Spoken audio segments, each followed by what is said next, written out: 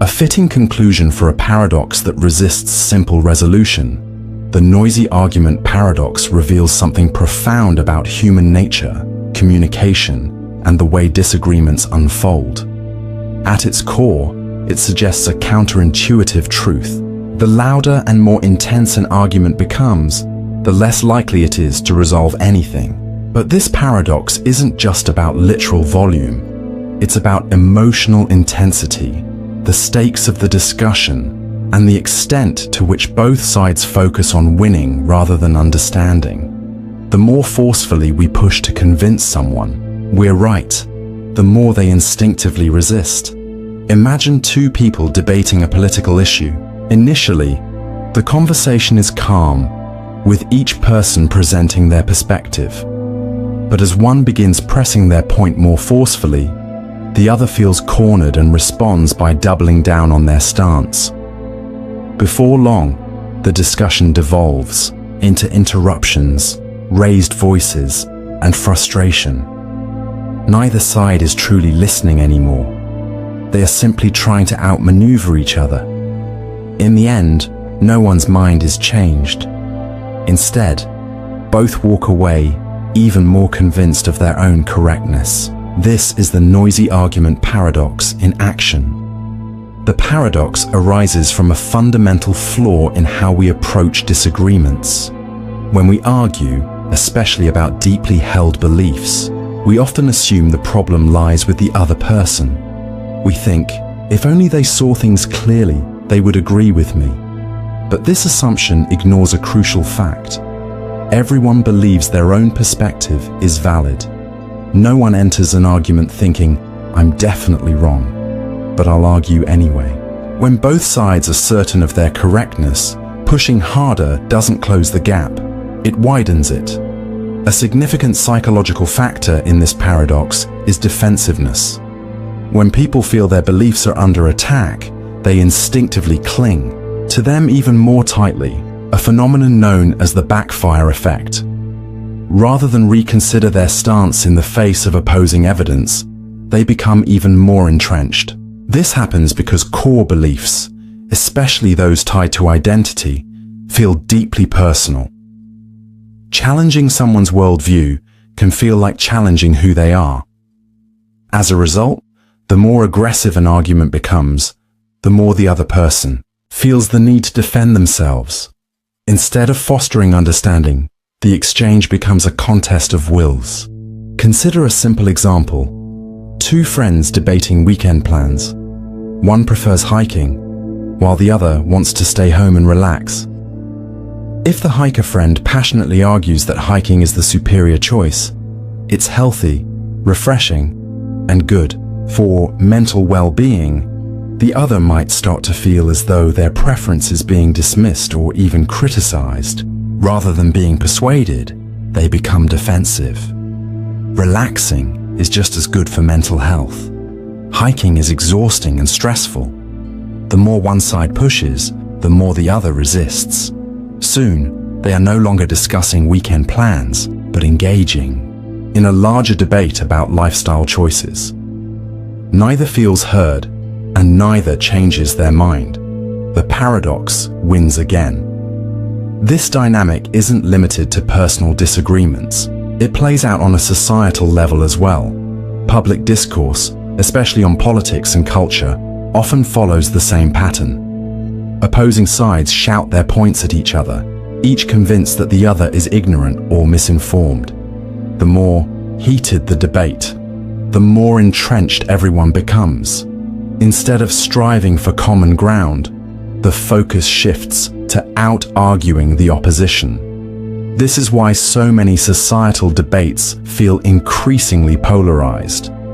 The more noise there is, the harder it becomes to have meaningful conversations. The paradox also exposes the role of ego in arguments. Often, the desire to win an argument isn't about improving the situation. It's about the satisfaction of being right. This ego-driven approach makes it difficult to listen or empathize. Instead of focusing on the actual issue, we focus on how the argument makes us feel, validated, superior, or attacked. This shift in focus makes resolution almost impossible. Breaking free from the noisy argument paradox requires a different approach to disagreement. What if, instead of arguing to win, we argued to understand? This doesn't mean agreeing with the other person, but it does mean genuinely listening to their perspective. When someone feels heard, they are far less likely to become defensive and possibly more open to considering another point of view. While this doesn't guarantee agreement, it does create the space for meaningful dialogue. Returning to the two friends discussing their weekend plans, imagine if the hiker friend said, "I get why you like staying home. It's relaxing and you've had a busy week." In response, the other might say, "Yeah, but I can see how hiking could be fun too." Navigating the paradoxes of belief with greater confidence and understanding reveals yet another dilemma, the Altruists Dilemma, a paradox that emerges when someone acts with genuine selflessness, yet finds their intentions questioned, misinterpreted, or even counterproductive. At its core, altruism is the desire to help others without expecting anything in return, an ideal long admired by humanity. However, it is far from simple. Doubts often arise. Can anyone truly act without self-interest? And even if they can, does altruism always lead to the best outcome? These questions form the heart of the dilemma. Consider someone who dedicates their life to charity, tirelessly working to improve the lives of others. From an outside perspective, their actions may appear entirely noble, yet skepticism persists. Are they driven by genuine care, or is there an underlying desire for recognition, social status, or self-validation? This doubt creates a challenge for the altruist.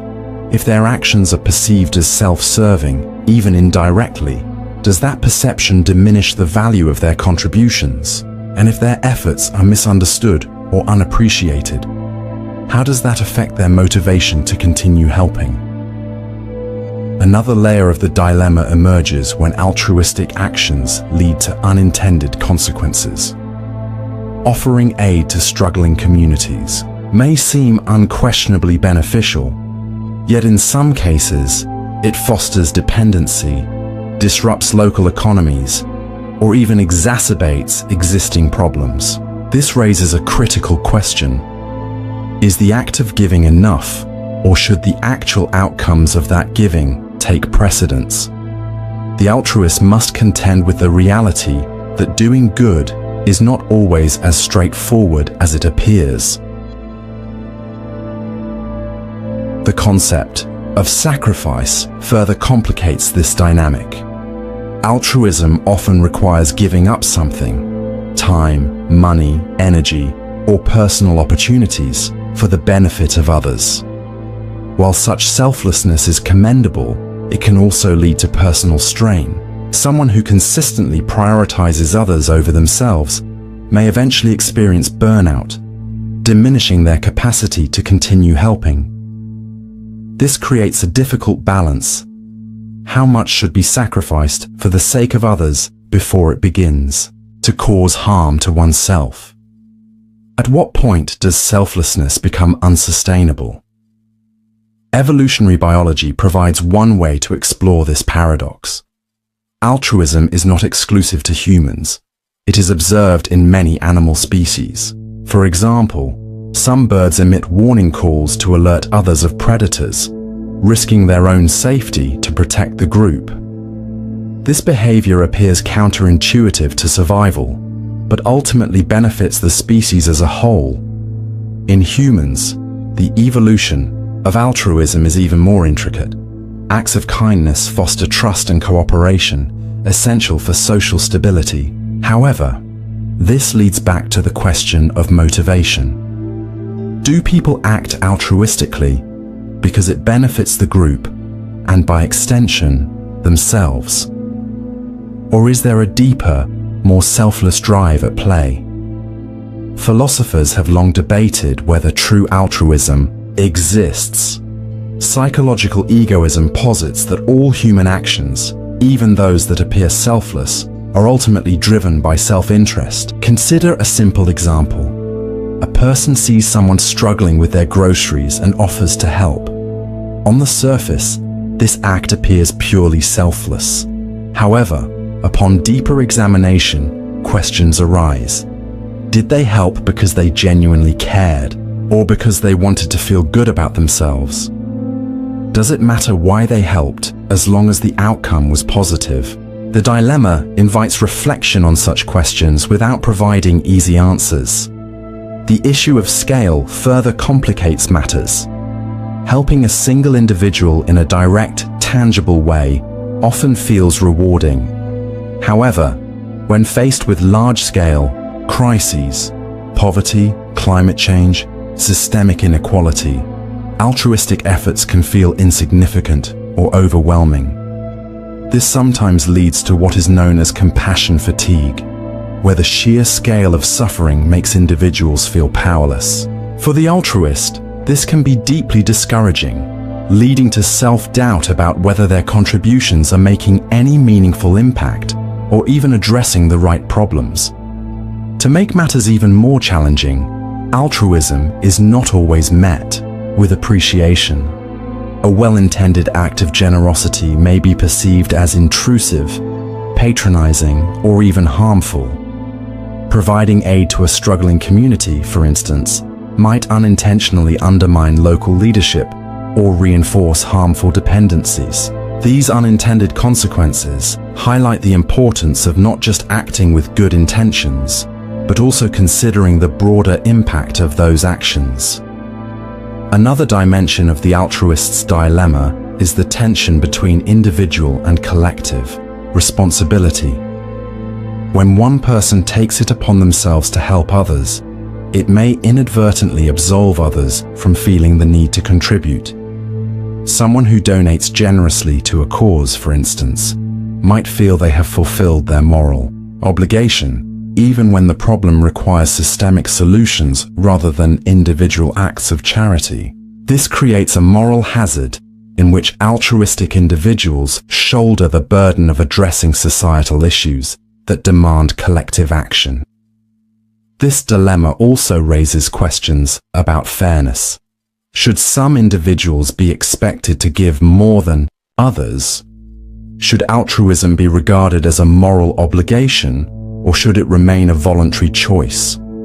If one person consistently sacrifices their resources to help others, while another does little to contribute, does that make the first person morally superior, or are they simply making a personal choice that aligns with their values? These questions highlight the intricate relationship between personal ethics and societal norms. Despite its complexities, altruism remains a fundamental part of the human experience. It inspires acts of kindness, fosters community, and serves as a reminder of shared humanity. The altruist's dilemma does not diminish the importance of selflessness, but rather urges a more thoughtful approach to it. By reflecting on motivations, consequences, the Munchausen trilemma is a philosophical paradox that exposes the fundamental challenges of knowledge and justification. It forces us to confront the limits of human reasoning by questioning the way we justify what we claim to know. Named after the fictional Baron Munchausen, who supposedly pulled himself out of a swamp by his own hair, the trilemma illustrates that any attempt to justify a belief inevitably leads to one of three unsatisfying outcomes, revealing the fragile foundation upon which our understanding rests. To see this dilemma in action, consider a basic claim. The Earth revolves around the Sun. If asked how we know this, one might point to scientific observations and physical laws. But if further questioned, how do we know these laws are true? We find ourselves in an endless search for justification.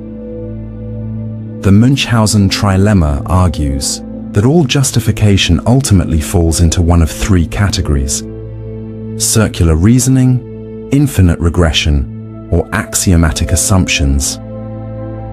Circular reasoning occurs when the justification for a claim relies on the claim itself. Suppose someone argues, "The Earth orbits the Sun because science says so."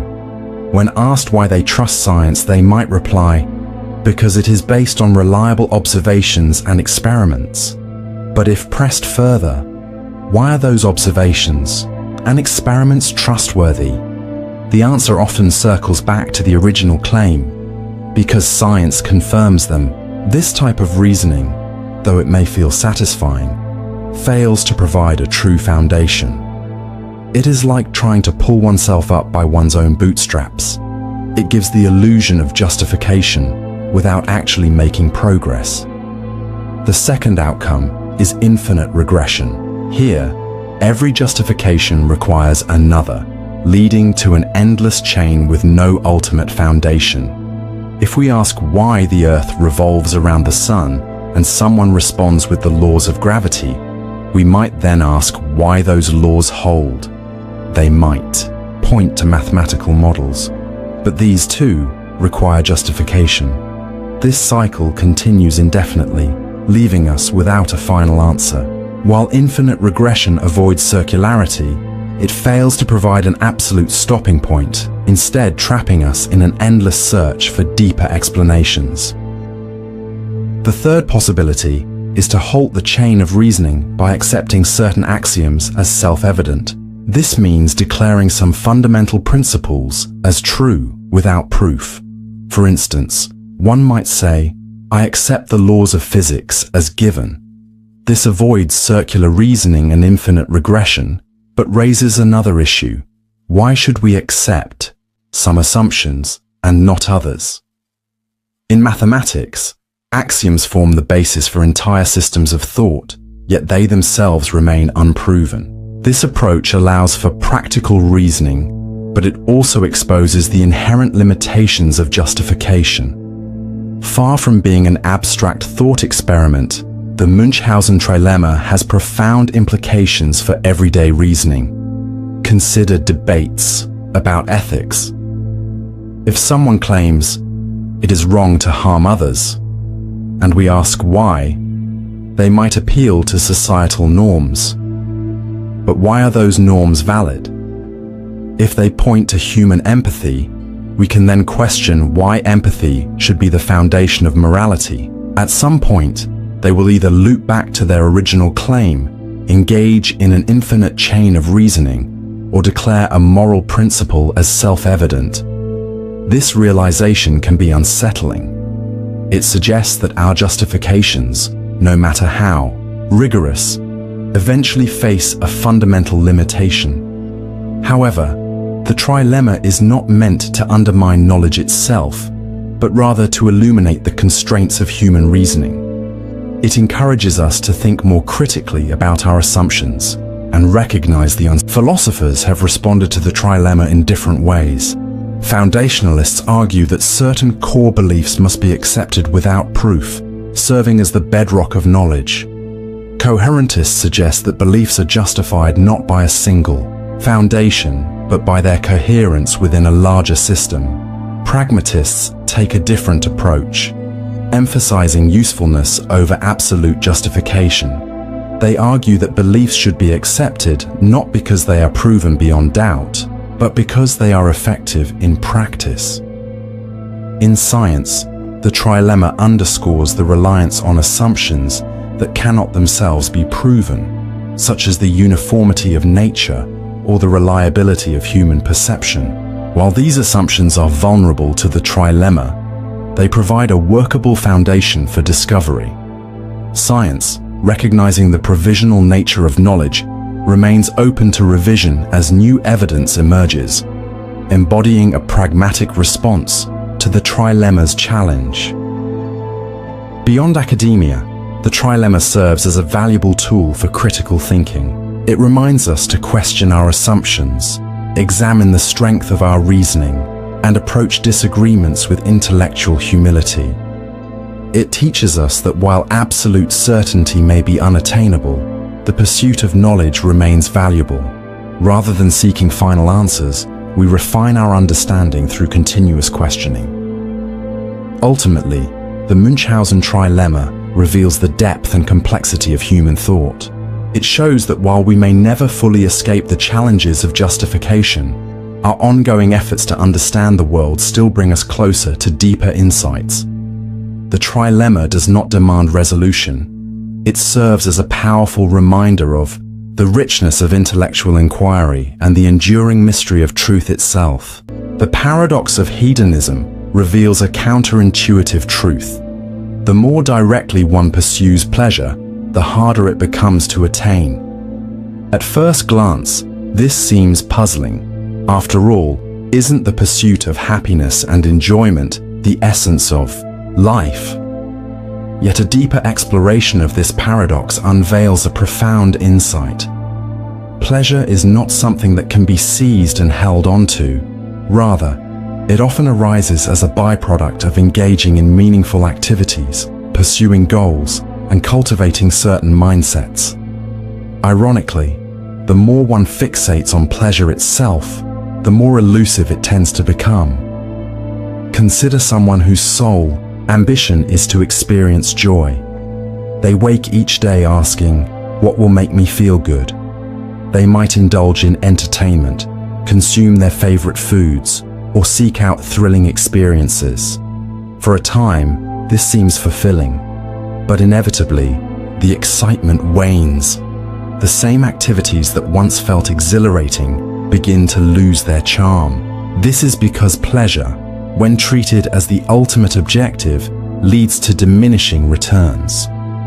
The harder one tries to maximize enjoyment, the less they ultimately derive from it. The pursuit of pleasure, taken to an extreme, paradoxically results in dissatisfaction. A simple illustration of this paradox can be found in eating a beloved dessert. The first bite is exquisite, sweet, rich, and deeply satisfying. By the third or fourth bite, the sensation dulls. Continue eating, and what was once delightful becomes mundane or even unpleasant. The initial joy dissipates because pleasure, when overly pursued, loses its potency. Now contrast this with a different approach. Someone who does not actively chase pleasure, but instead dedicates themselves to meaningful pursuits. Perhaps they immerse themselves in painting, volunteer to help their community, or engage in personal growth. These activities may not always provide immediate gratification. Some may even be challenging or demand effort. Yet, over time, they yield a deeper, more enduring sense of fulfillment. The joy they experience is not a result of directly seeking pleasure, but rather an unintended yet natural consequence of engaging in something meaningful.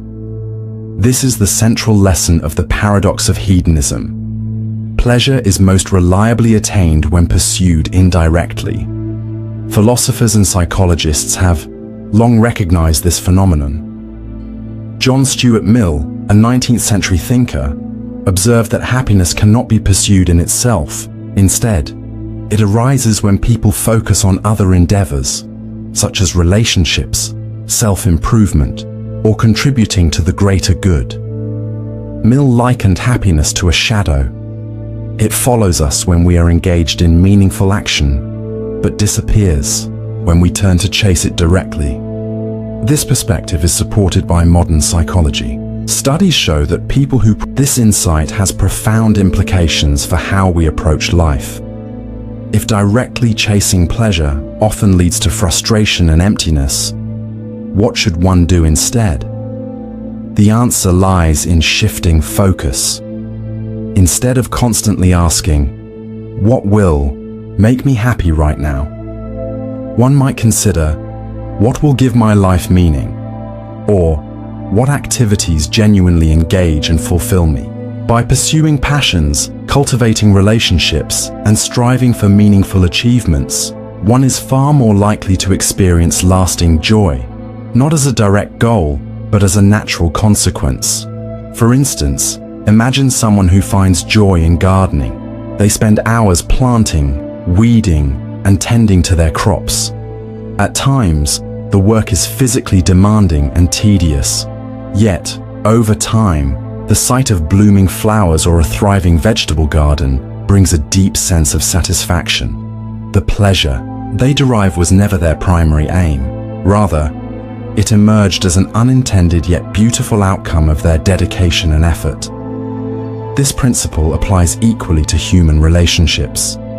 If someone views relationships purely as a means to derive happiness, they may become disillusioned when things are not constantly joyful. However, if they focus on being a loving partner, a supportive friend, or a caring parent, investing effort and kindness into their connections, the relationship itself becomes a profound source of joy. Happiness arises not from grasping at it, but from fostering love and connection. The paradox of hedonism also helps explain why overindulgence often leads to dissatisfaction. When one prioritizes pleasure above all else, they risk becoming desensitized to it. Someone who constantly seeks novelty or excitement may find that the same experiences that once thrilled them no longer hold the same allure. This is because the human brain adapts to repeated stimuli. Even the most exhilarating activities lose their impact if they are overdone. In contrast, moderation allows for greater appreciation, savoring life's pleasures without exhausting them. This does not mean one should avoid pleasure altogether. Pleasure is an essential and enriching part of life. The key is to approach it with balance and perspective. When treated as a byproduct of meaningful engagement rather than the primary objective, pleasure becomes more sustainable and fulfilling. Ultimately, the paradox of hedonism is not a problem to be solved, but a truth to be understood. Life is not about the endless pursuit of fleeting highs. The falling elevator paradox is a thought experiment that delves into what would happen to a person inside an elevator if it were to fall freely under the force of gravity. At first glance, the answer seems straightforward. The person and the elevator would fall together, accelerating at the same rate due to gravity. However, a deeper examination of the scenario reveals complexities that challenge our understanding of forces, inertia, and perception. To grasp the paradox, imagine standing inside an elevator under normal conditions. When the elevator is stationary or moving smoothly, you feel the floor pressing up against your feet, counteracting the downward force of gravity and keeping you in place. Now, suppose the elevator's cable suddenly snaps. With nothing holding it up, the elevator begins to fall freely, accelerating downward due to gravity. This is where the paradox emerges. Because both you and the elevator are in free fall, you are accelerating at the same rate. From your perspective, it would feel as though gravity had disappeared. The floor beneath you is no longer exerting an upward force because it is falling away at the same speed as you are. This state, known as weightlessness, is similar to what astronauts experience in microgravity, where they float freely inside their spacecraft. The forces acting on you and the elevator are perfectly matched, creating an environment where you feel no weight. Yet the paradox extends beyond the sensation of weightlessness. It also raises questions about survival and impact. A common misconception is that jumping just before the elevator hits the ground might reduce the severity of the collision. The idea is that by jumping, a person could counteract some of the downward motion, decreasing their impact force. However, physics tells a different story. As the elevator falls, it accelerates downward at approximately 9.8 meters per second squared. The acceleration due to gravity, since you are falling along with it, any jump you make would provide only a small increase in upward velocity, perhaps around 3 meters per second for a strong jump. If the elevator is falling at 50 meters per second by the time it reaches the ground, your jump would only reduce your impact velocity to 47 meters per second, far from sufficient to prevent a catastrophic collision. The forces at play are simply too great for human strength to meaningfully counteract them. Air resistance adds another layer to the paradox. In a vacuum, the elevator and everything inside it would fall with no resistance. resulting in pure free fall. However, in reality, air resistance exerts an opposing force as the elevator accelerates downward. Over time, this force can reach a point where it balances the downward pull of gravity, leading to what is known as terminal velocity, a maximum falling speed beyond which further acceleration ceases. While terminal velocity might reduce the elevator's final speed somewhat, it would still be too high for survival. Modern elevators are equipped with safety mechanisms to prevent free fall. Emergency brakes engage if the cable snaps.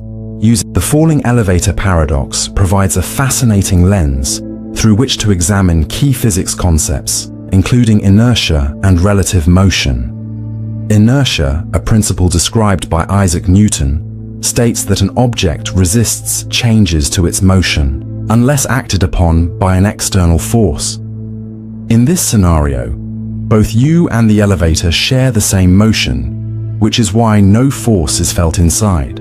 Relative motion also plays a crucial role. From an external observer's perspective, both the elevator and its occupant are accelerating toward the ground.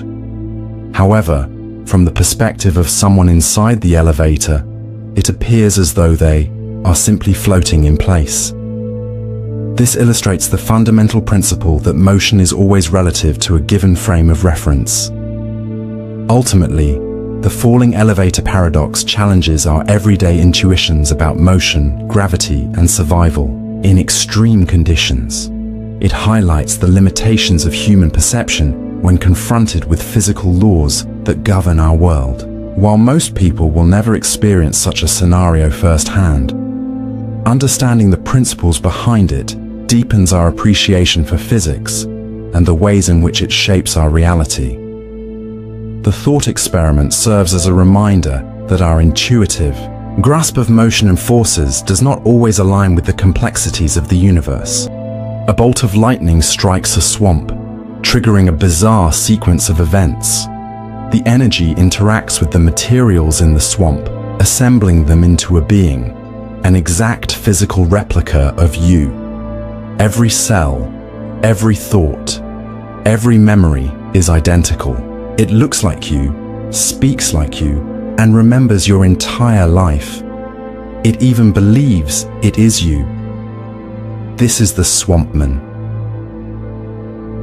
Philosopher Donald Davidson introduced the Swampman Paradox to probe deep questions about identity, meaning, and consciousness. If this being is physically indistinguishable from you, does it qualify as you? Is it the same person, or something entirely different? These questions challenge our fundamental understanding of personal identity, memory, and continuity. One way to approach this dilemma is through the concept of identity. Many define identity as a combination of physical characteristics, memories, and personality. Since the Swampman possesses all your memories, your childhood, friendships, knowledge, and experiences, it seems reasonable to assume it is you. To everyone around, it would appear indistinguishable. But is identity merely a matter of appearance and memory, or does it require something more? A crucial aspect of identity is continuity, the connection between one's past and present self. When you see a scar from an injury, you recognize it as evidence of an event you experienced. The Swampman, however, lacks this direct connection. It remembers your graduation, but wasn't there. It recalls your favorite vacation, but never stood on that beach. Its memories exist, but they are the result of chance, not lived experience. Philosopher John Locke argued that memory is central to personal identity. By this logic, the Swampman is you because it recalls your past. But others contend that memory alone is insufficient. Identity, they argue, requires a deeper continuity, one that includes not just recollections, but the actual lived process of becoming who you are. Beyond identity, the paradox also raises questions about meaning. Davidson used this thought experiment to explore how meaning arises from experience. When you use the word tree, its meaning is shaped by all the trees you've seen, touched, and learned about. The Swampman, however, hasn't encountered actual trees. It uses the word only because its brain is structured like yours. If meaning comes from direct experience, can the Swampman truly understand language? Or is it merely mimicking a system of thought without true comprehension? The paradox also touches on the nature of consciousness.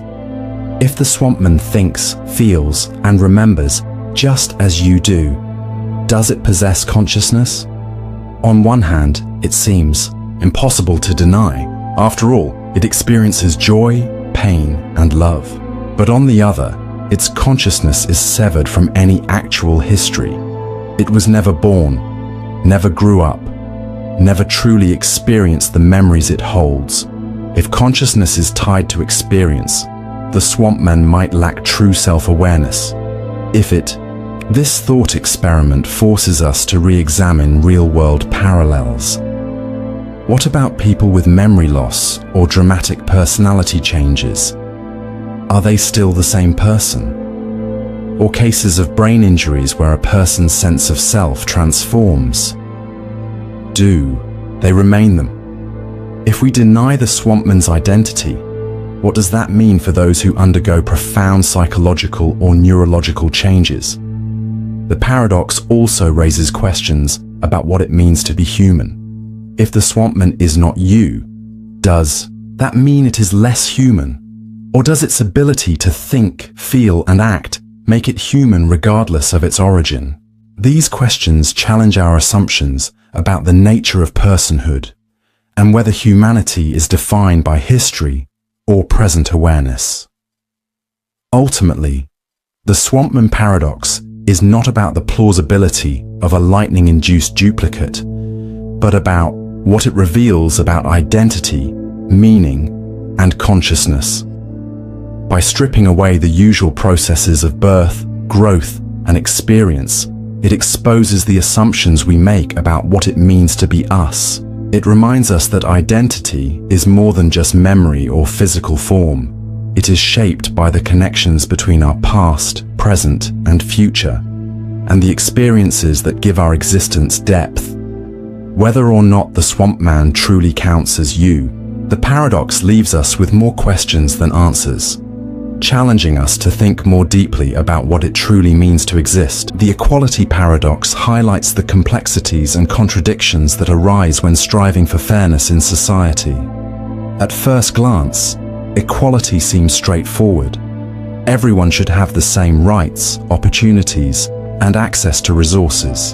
However, when put into practice, efforts to create equality often lead to unintended consequences. In trying to correct disparities, new forms of inequality can emerge, challenging our understanding of what fairness truly entails. A key aspect of this paradox lies in the distinction between equality of opportunity and equality of outcome. Equality of opportunity ensures that everyone starts with the same chances in life, such as providing free education to all children, regardless of background. Equality of outcome, by contrast, seeks to minimize disparities in results, often through redistributive policies like wealth transfers or targeted support programs. The contradiction arises because striving for one type of equality can undermine the other. Take education as an example. A system that offers equal access to schools and resources aims to ensure fairness in opportunity. Yet, even when starting from the same place, students achieve different results due to personal circumstances. Some thrive with family support, while others struggle with poverty or illness. To correct these discrepancies, governments may provide additional resources to disadvantaged students. However, this effort to level the playing field can lead to resentment among those who are already succeeding, who may perceive these adjustments as unfair advantages for others. A similar dynamic occurs in the workplace. Companies that seek gender equality in leadership positions may implement policies such as quotas, ensuring a balanced representation of men and women.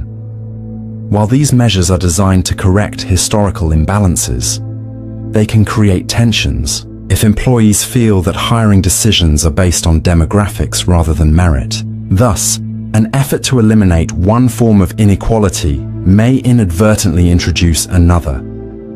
Economic systems also illustrate the equality paradox.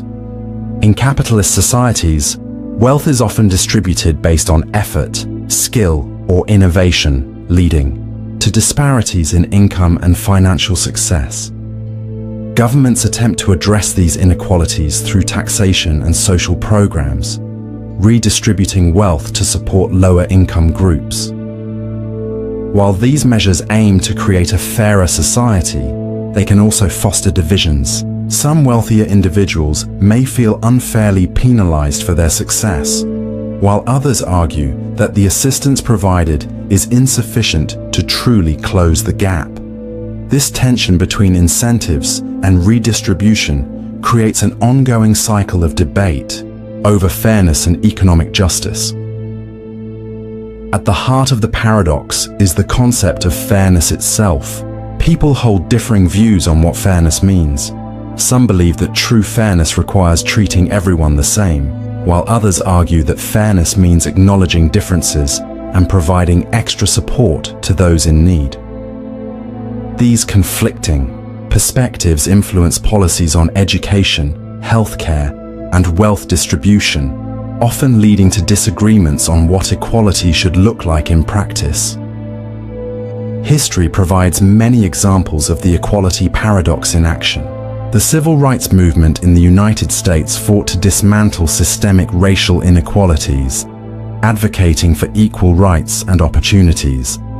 However, policies such as affirmative action, designed to address historical disadvantages, sparked debates about whether they created new forms of discrimination. Supporters saw these measures as necessary to correct systemic injustices, while critics argued they undermined the principles of merit and individual achievement. Similarly, socialist movements in the 20th century aimed to eliminate economic inequality through wealth redistribution and state control of resources. While these efforts succeeded in reducing income disparities in some cases, they also encountered challenges such as inefficiency, corruption, and restrictions on individual freedoms. Many citizens grew frustrated when hard work was not adequately rewarded, while others exploited the system. The paradox of equality is not just a large-scale societal issue. It appears in everyday situations as well. Consider a group of friends splitting a restaurant bill. Some may believe that the fair approach is dividing the bill equally, regardless of what each person ordered. Others may argue that fairness means paying only for what one consumed. While both perspectives have logical merit, disagreements over fairness can create tension, mirroring the larger societal challenges of navigating equality. Psychological research also sheds light on this paradox. Studies show that people are highly sensitive to perceived unfairness, whether they feel disadvantaged or unduly favored. This sensitivity complicates efforts to implement fair policies, as even well-intentioned measures can provoke resentment or feelings of entitlement. So how can societies navigate the equality paradox? One approach is to shift the focus from equality to equity. While equality aims to treat everyone the same, equity acknowledges that individuals have different needs and circumstances. By tailoring support rather than applying a uniform approach, equity seeks to achieve more meaningful fairness. In education, for instance, equity might mean allocating more resources to schools in disadvantaged areas, rather than distributing funding equally across all institutions.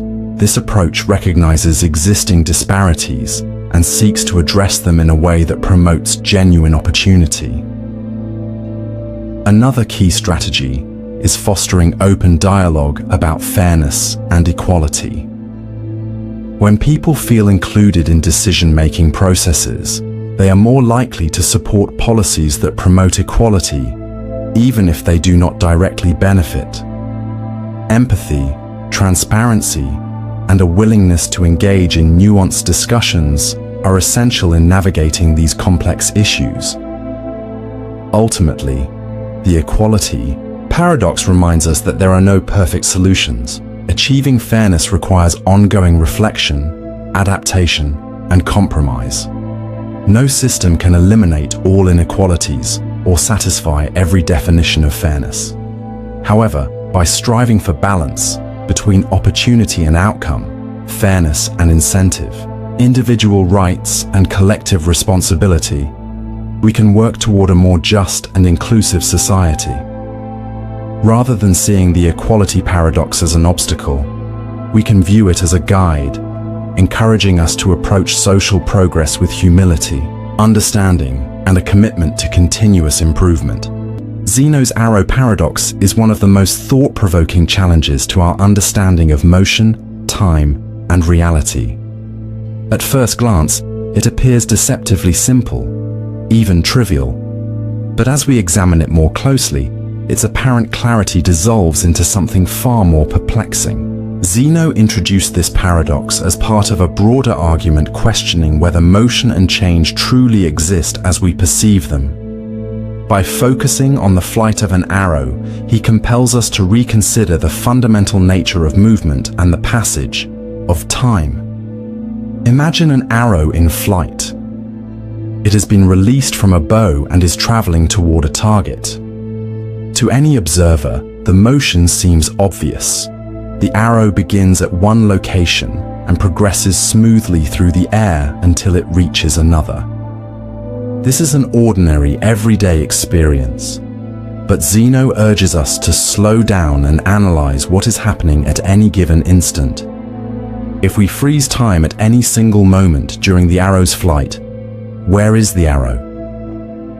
At that precise instant, the arrow occupies a specific position in space. It does not appear to be moving. If this holds true for every single moment that we observe, then how can the arrow be said to move at all? This question strikes at the heart of how we define motion. Movement, in its most basic sense, involves an object changing position over time. But what happens when we divide time into smaller and smaller increments?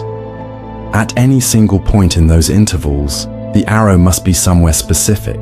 If we claim that, in each frozen moment, the arrow does not change its position, then it is stationary at every instant of observation. Yet, if it is always stationary in every individual moment, how can these stationary moments combine to produce motion? This reasoning feels counterintuitive because we clearly perceive the arrow moving.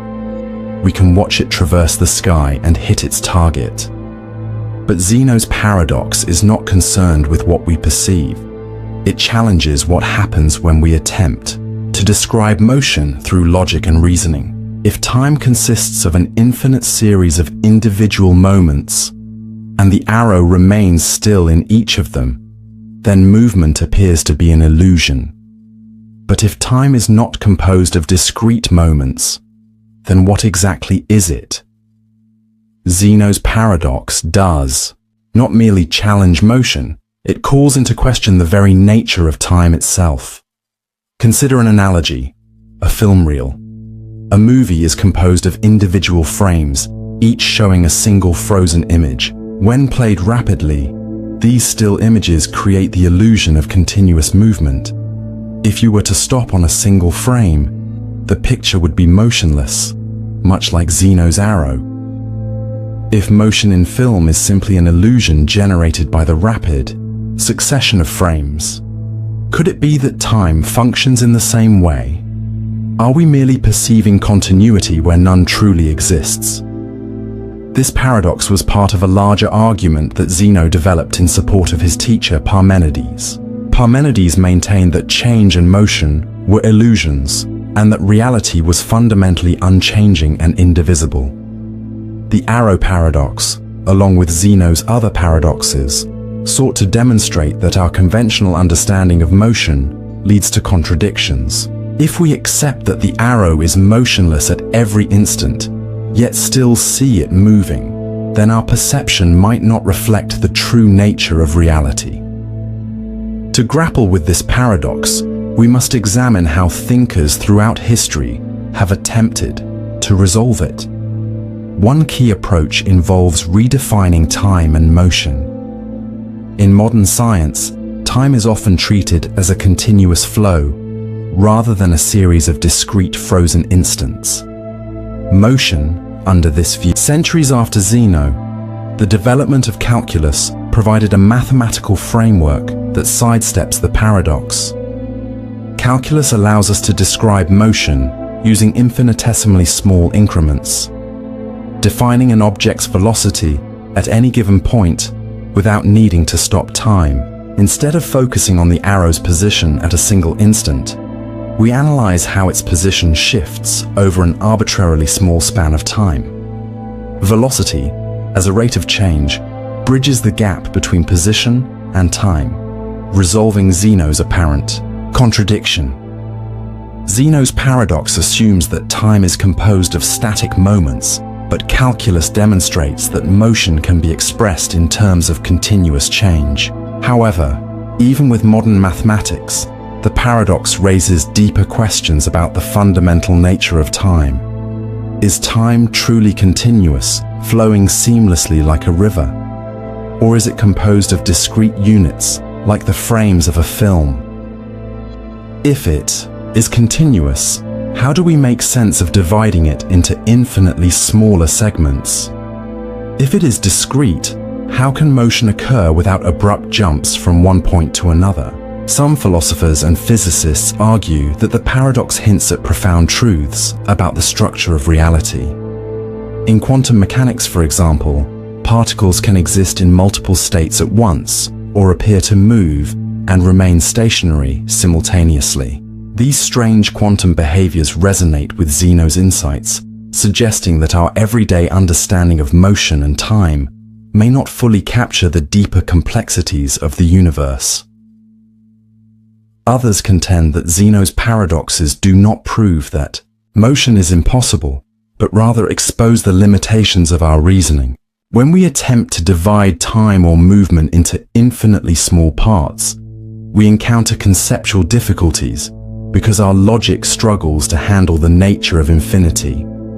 The paradox compels us to reconsider how we approach such problems, challenging us to refine our understanding of fundamental concepts.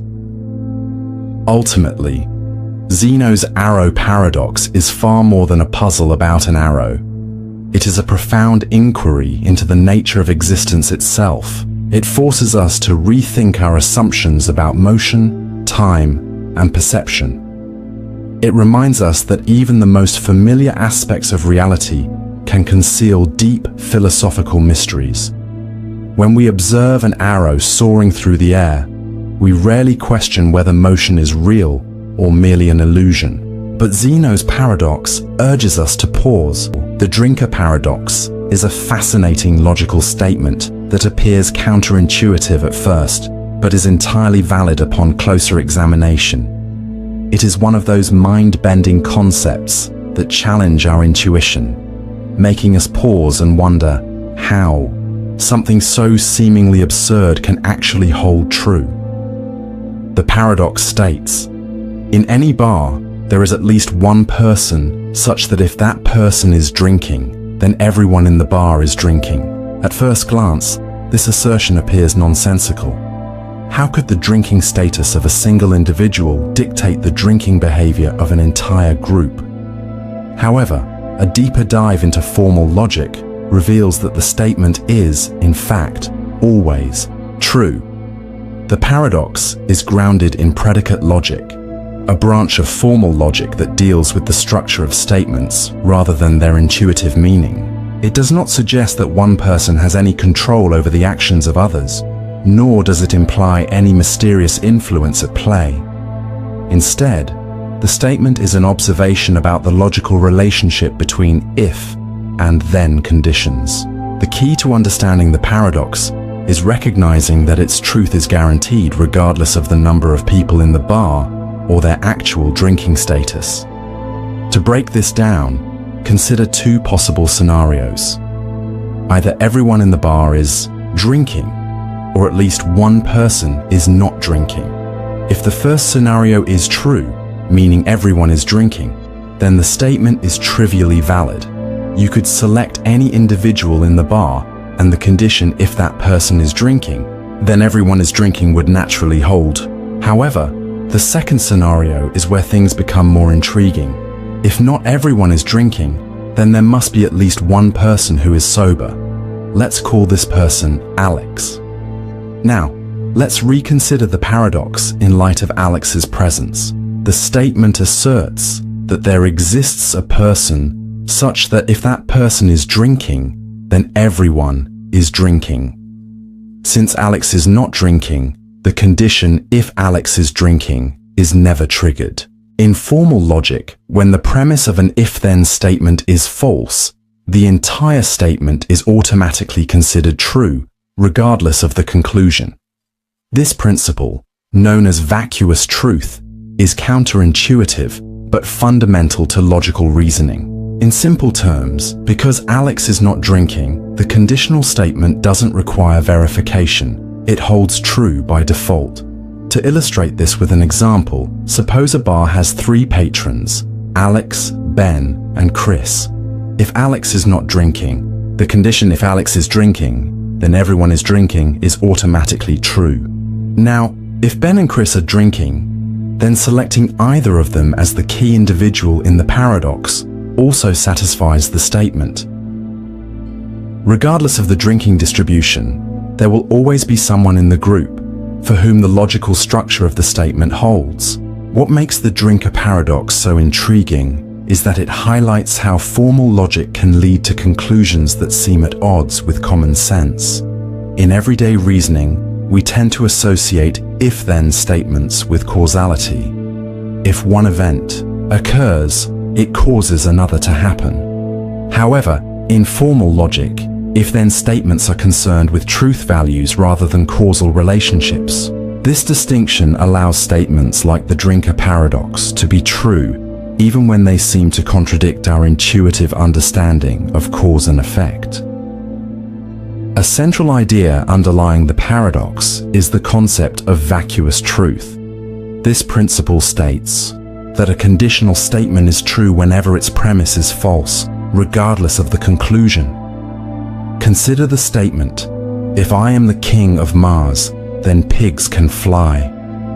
Since the premise, "I am the king of Mars" is false, the entire statement is considered true no matter how absurd the conclusion, "pigs can fly," may be. This might feel unintuitive, but it is a standard convention in formal logic and plays a crucial role in making the Drinker Paradox valid. Another fascinating aspect of the paradox is its universal applicability. It holds true for any number of people in a bar, whether there are 3 patrons or 1,000.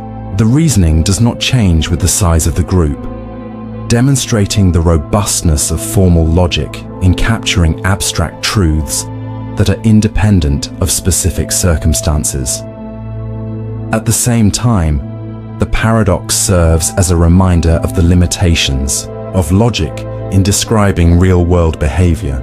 While it is a mathematically valid statement, it does not offer any practical insight into how people behave in social settings. No bartender would rely on this reasoning to determine who is drinking in their establishment. Instead, its value lies in how it challenges our perceptions of truth and forces us to think more carefully about the structure of logical statements. Beyond its immediate implications, the Drinker Paradox connects to broader discussions in philosophy and mathematics. It is closely related to fundamental logical principles such as the law of excluded middle, which states that every statement is either true or false, with no middle ground. By exploring paradoxes like this, philosophers and mathematicians refine their understanding of logic's foundations and uncover new ways to approach abstract reasoning.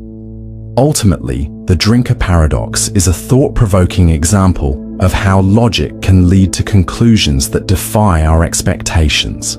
It reminds us that truth can take forms that seem strange or counterintuitive at first, but are perfectly valid within a formal framework.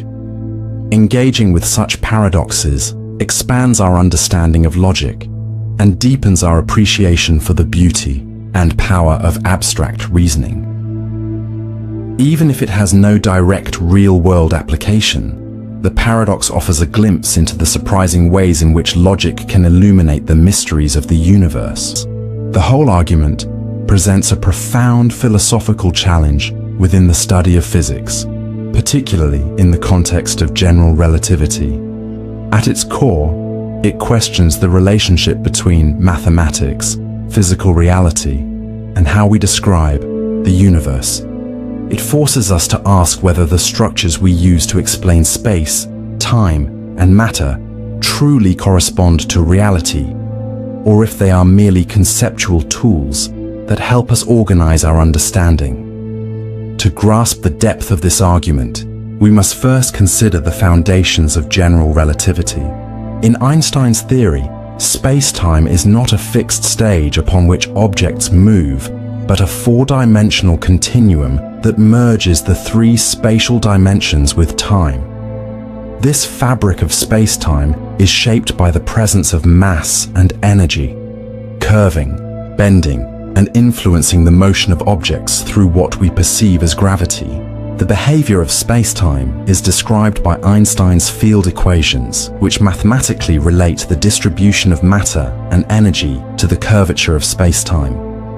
Now, imagine using these equations to model a specific region of space-time, whether it contains stars, planets, or even just empty space. This mathematical model assigns certain properties, such as curvature and coordinates, to every point within the region, defining its structure. Implicit in this approach is the assumption that our mathematical description of space-time reflects an objective physical reality.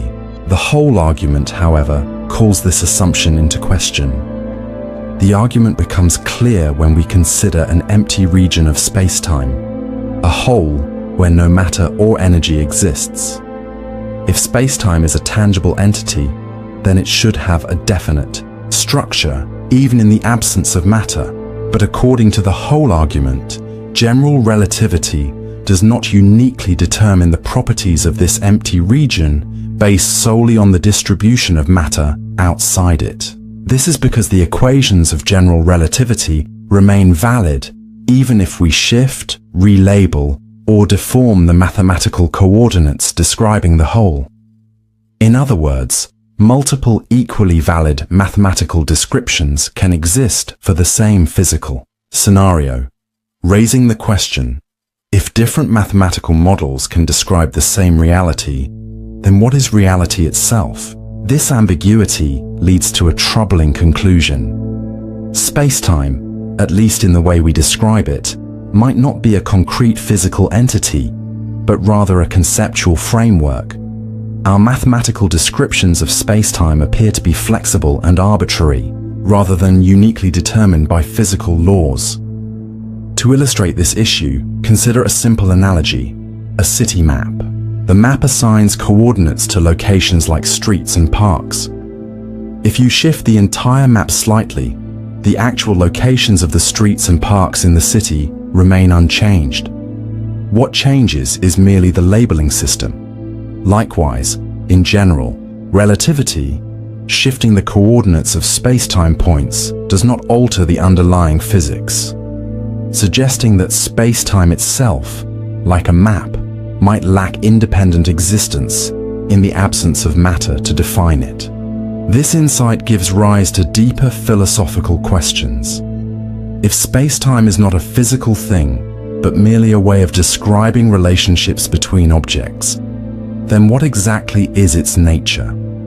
Some physicists and philosophers argue that space-time is relational. It only exists insofar as it describes how objects interact. In this view, distances, intervals, and motion are not properties of an independent space-time, but rather relational features that emerge from interactions between physical entities. Without objects to define it, space-time itself becomes meaningless. Others, however, contend that space-time is real, but that our mathematical tools are simply insufficient. The whole argument in this interpretation does not prove that space-time lacks reality. It only exposes the limitations of our models. The fact that multiple mathematical representations can describe the same physical situation might not mean space-time is unreal, but rather that our understanding remains incomplete. The whole argument also challenges the concept of determinism, the idea that the present state of the universe fully determines its future. In classical physics, if we know the exact properties of a system at one moment, we can predict its future behavior with certainty. But in general relativity, the whole argument suggests that the structure of space-time in a given region cannot always be uniquely determined by external conditions. This raises the possibility that the universe contains an inherent element of unpredictability. Even Einstein himself struggled with these ideas. While he initially embraced a relational view of space-time, he later reconsidered and sought alternative interpretations. The debate remains unresolved, with physicists and philosophers still offering differing perspectives. Some speculate that quantum mechanics, which governs behavior on microscopic scales, may hold the key to resolving the issue. Others propose that entirely new frameworks of physics are needed, perhaps even revisions to our understanding of gravity itself. Despite its abstract nature, the whole argument has practical significance. A deeper understanding of space-time is crucial for developing a unified theory of physics, one that reconciles general relativity with quantum mechanics. These two foundational theories describe the universe on vastly different scales, yet they remain incompatible. The twin paradox stands as one of the most intriguing concepts in physics, challenging our fundamental understanding of time and its behavior under different conditions. Rooted in Einstein's theory of relativity, it presents a scenario that requires no deep knowledge of complex mathematics to grasp. At its core, the paradox examines how time is experienced differently when two individuals, starting from the same point, follow divergent paths through the universe. Imagine two identical twins, Alex and Jamie, born at the exact same time and living together on Earth. One day, Alex embarks on a journey into deep space aboard a spaceship capable of traveling at speeds close to the speed of light, while Jamie remains on Earth. The journey lasts for several years, and eventually, Alex returns home. Upon their reunion, something astonishing is revealed. Alex has aged significantly less than Jamie. This difference is not an illusion or a trick of perception. It is a real, measurable effect predicted by Einstein's theory of relativity. To Jamie, who remained on Earth, time flowed as expected. Days turned into months, months into years. But for Alex, moving at an incredibly high velocity, time progressed at a much slower rate. This effect, known as time dilation, arises from the principles of relativity, which show that time is not an absolute fixed entity, but rather something that depends on motion and gravitational conditions. The faster an object moves, the slower time passes for it relative to an observer who remains stationary. While this phenomenon is imperceptible at everyday speeds, it becomes dramatically evident as one approaches the speed of light. From Alex's perspective, an apparent contradiction emerges. Since motion is relative, one might argue that it was Jamie who was moving away at high speed, not Alex. Shouldn't that mean time slowed down for Jamie instead? This is where the key to resolving the paradox lies. Unlike Jamie, Alex's journey involved acceleration and deceleration. When leaving Earth, changing direction in space, and returning, relativity treats acceleration differently from constant motion. and this asymmetry is what results in Alex experiencing less time overall. The twin paradox is not just a theoretical construct. Its effects have been confirmed through precise scientific experiments. Though we have yet to send humans on near light speed journeys, scientists have tested time dilation using highly accurate atomic clocks. In one experiment, a clock was placed on an airplane flying at high speed, while another identical clock remained on the ground. When compared after the flight, the airborne clock showed slightly less elapsed time, just as relativity predicts. The effect was minuscule due to the plane's relatively low speed, but it provided direct evidence of time dilation in action. Beyond theoretical implications, the paradox has practical significance in modern technology. The satellites that power GPS navigation orbit Earth at high speeds and in weaker gravitational fields, both of which influence their experience of time compared to people on the planet's surface. Engineers must account for these effects to ensure accurate GPS readings. Without adjustments for relativity, errors would accumulate rapidly, rendering the system unreliable. On a deeper level, the twin paradox raises profound philosophical and existential questions. The paradox also invites speculation about the future of space travel. If humans ever develop spacecraft capable of reaching relativistic speeds, interstellar journeys could allow astronauts to experience a vastly different passage of time compared to those left behind.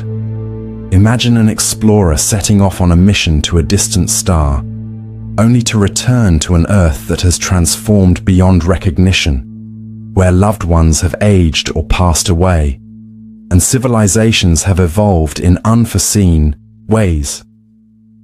At its heart, the twin paradox serves as a reminder that time is not a simple, unchanging flow, but a dynamic, malleable aspect of reality. It forces us to see time not as a rigid sequence, but as something that bends and stretches depending on motion and gravity. In many ways, it is not just a story about physics, it is a lesson in perspective. Just as Alex and Jamie perceive time differently, people in our everyday lives often experience the world through unique lenses shaped by their own conditions and experiences. Recognizing these differences can lead to a deeper understanding of both science and human nature. Ultimately, the paradox is more than just a curiosity. It is a glimpse into the astonishing complexities of the universe. It challenges us to rethink our assumptions and embrace a cosmos where time itself is relative, a reality far more intricate and wondrous than our everyday experience suggests. The difficulty lies in determining where to draw this boundary. What distinguishes harmful intolerance from a mere difference of opinion? Societies and individuals may arrive at different conclusions on this matter. Some argue that hate speech is inherently intolerant and should be restricted, as it fosters an environment of fear and division. Others contend that the best way to combat harmful rhetoric is not through suppression, but through counter-arguments and open debate. This ongoing debate revolves around a central dilemma. How can we prevent intolerance from eroding tolerance without becoming intolerant ourselves? One useful approach is to focus on actions rather than beliefs. Individuals may hold intolerant views privately without acting on them in ways that harm others. For example, someone might harbor prejudices but never advocate for violence or enact policies that infringe upon others' rights. In such cases, their personal beliefs, however objectionable, do not pose an immediate danger to society. However, when these beliefs manifest in actions, such as inciting violence, spreading dangerous propaganda, or implementing discriminatory laws, they cross into the realm of harmful intolerance that a society cannot afford to tolerate. History offers numerous cautionary tales about the consequences of unchecked intolerance. The rise of totalitarian regimes in the 20th century, such as Nazi Germany, illustrates this phenomenon with chilling clarity. The Nazi Party initially used the freedoms of a democratic society to spread its ideology. Once in power, however, they dismantled those very freedoms, suppressing dissent and persecuting those they deemed undesirable. This tragic period serves as a stark reminder that tolerating intolerance can have devastating consequences, reinforcing the need for vigilance in protecting democratic values. That said, countering intolerance does not always require censorship or suppression. Education, dialogue, and social accountability can be powerful tools in addressing intolerant behavior. Encouraging individuals to question their assumptions, engage in meaningful discussions, and develop empathy can be more effective than simply banning harmful ideas. Public campaigns that promote inclusivity and understanding can combat the spread of hate without resorting to authoritarian measures. There is also a practical side to the paradox of tolerance. In any society, some degree of enforcement is necessary to maintain order and protect fundamental rights. This may involve implementing laws against hate crimes, regulating harmful misinformation, or ensuring that public discourse remains constructive.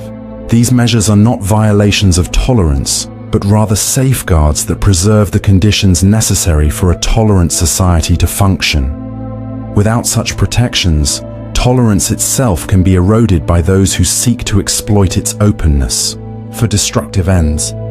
A useful analogy is to think of tolerance as a principle that, like all values, requires boundaries to sustain itself. Just as freedom of speech does not include the right to incite violence or falsely shout fire in a crowded theater, tolerance does not demand that we accept ideologies that seek to dismantle the rights and safety of others. Setting limits is not a betrayal of tolerance. It is a means of protecting it. Critics of the paradox of tolerance argue that it can be misused as a justification for suppressing dissenting views or unpopular opinions.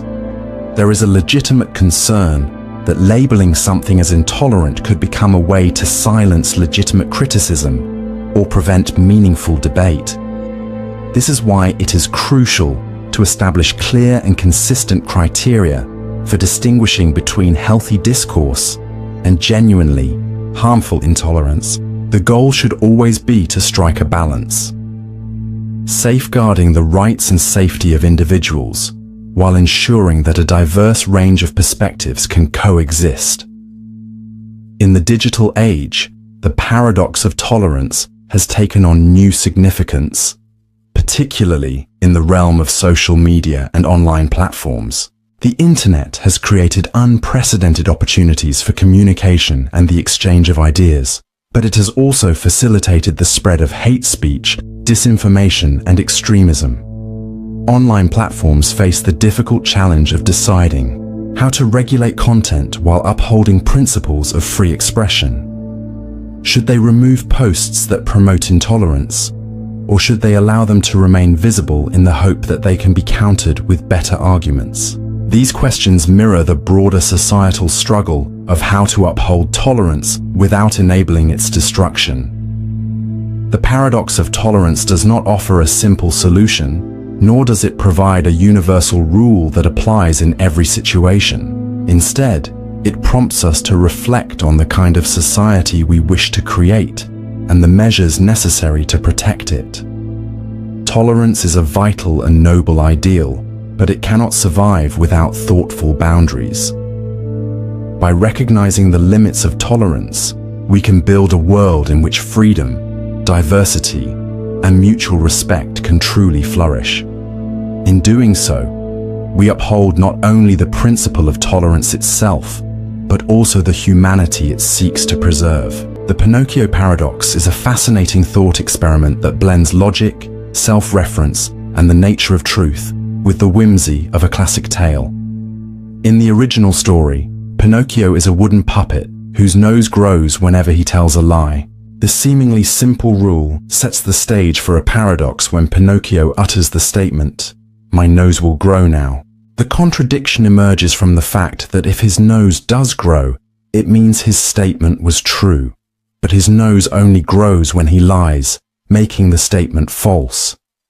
Conversely, if his nose does not grow, the statement must have been false, meaning he was lying, which should trigger his nose to grow.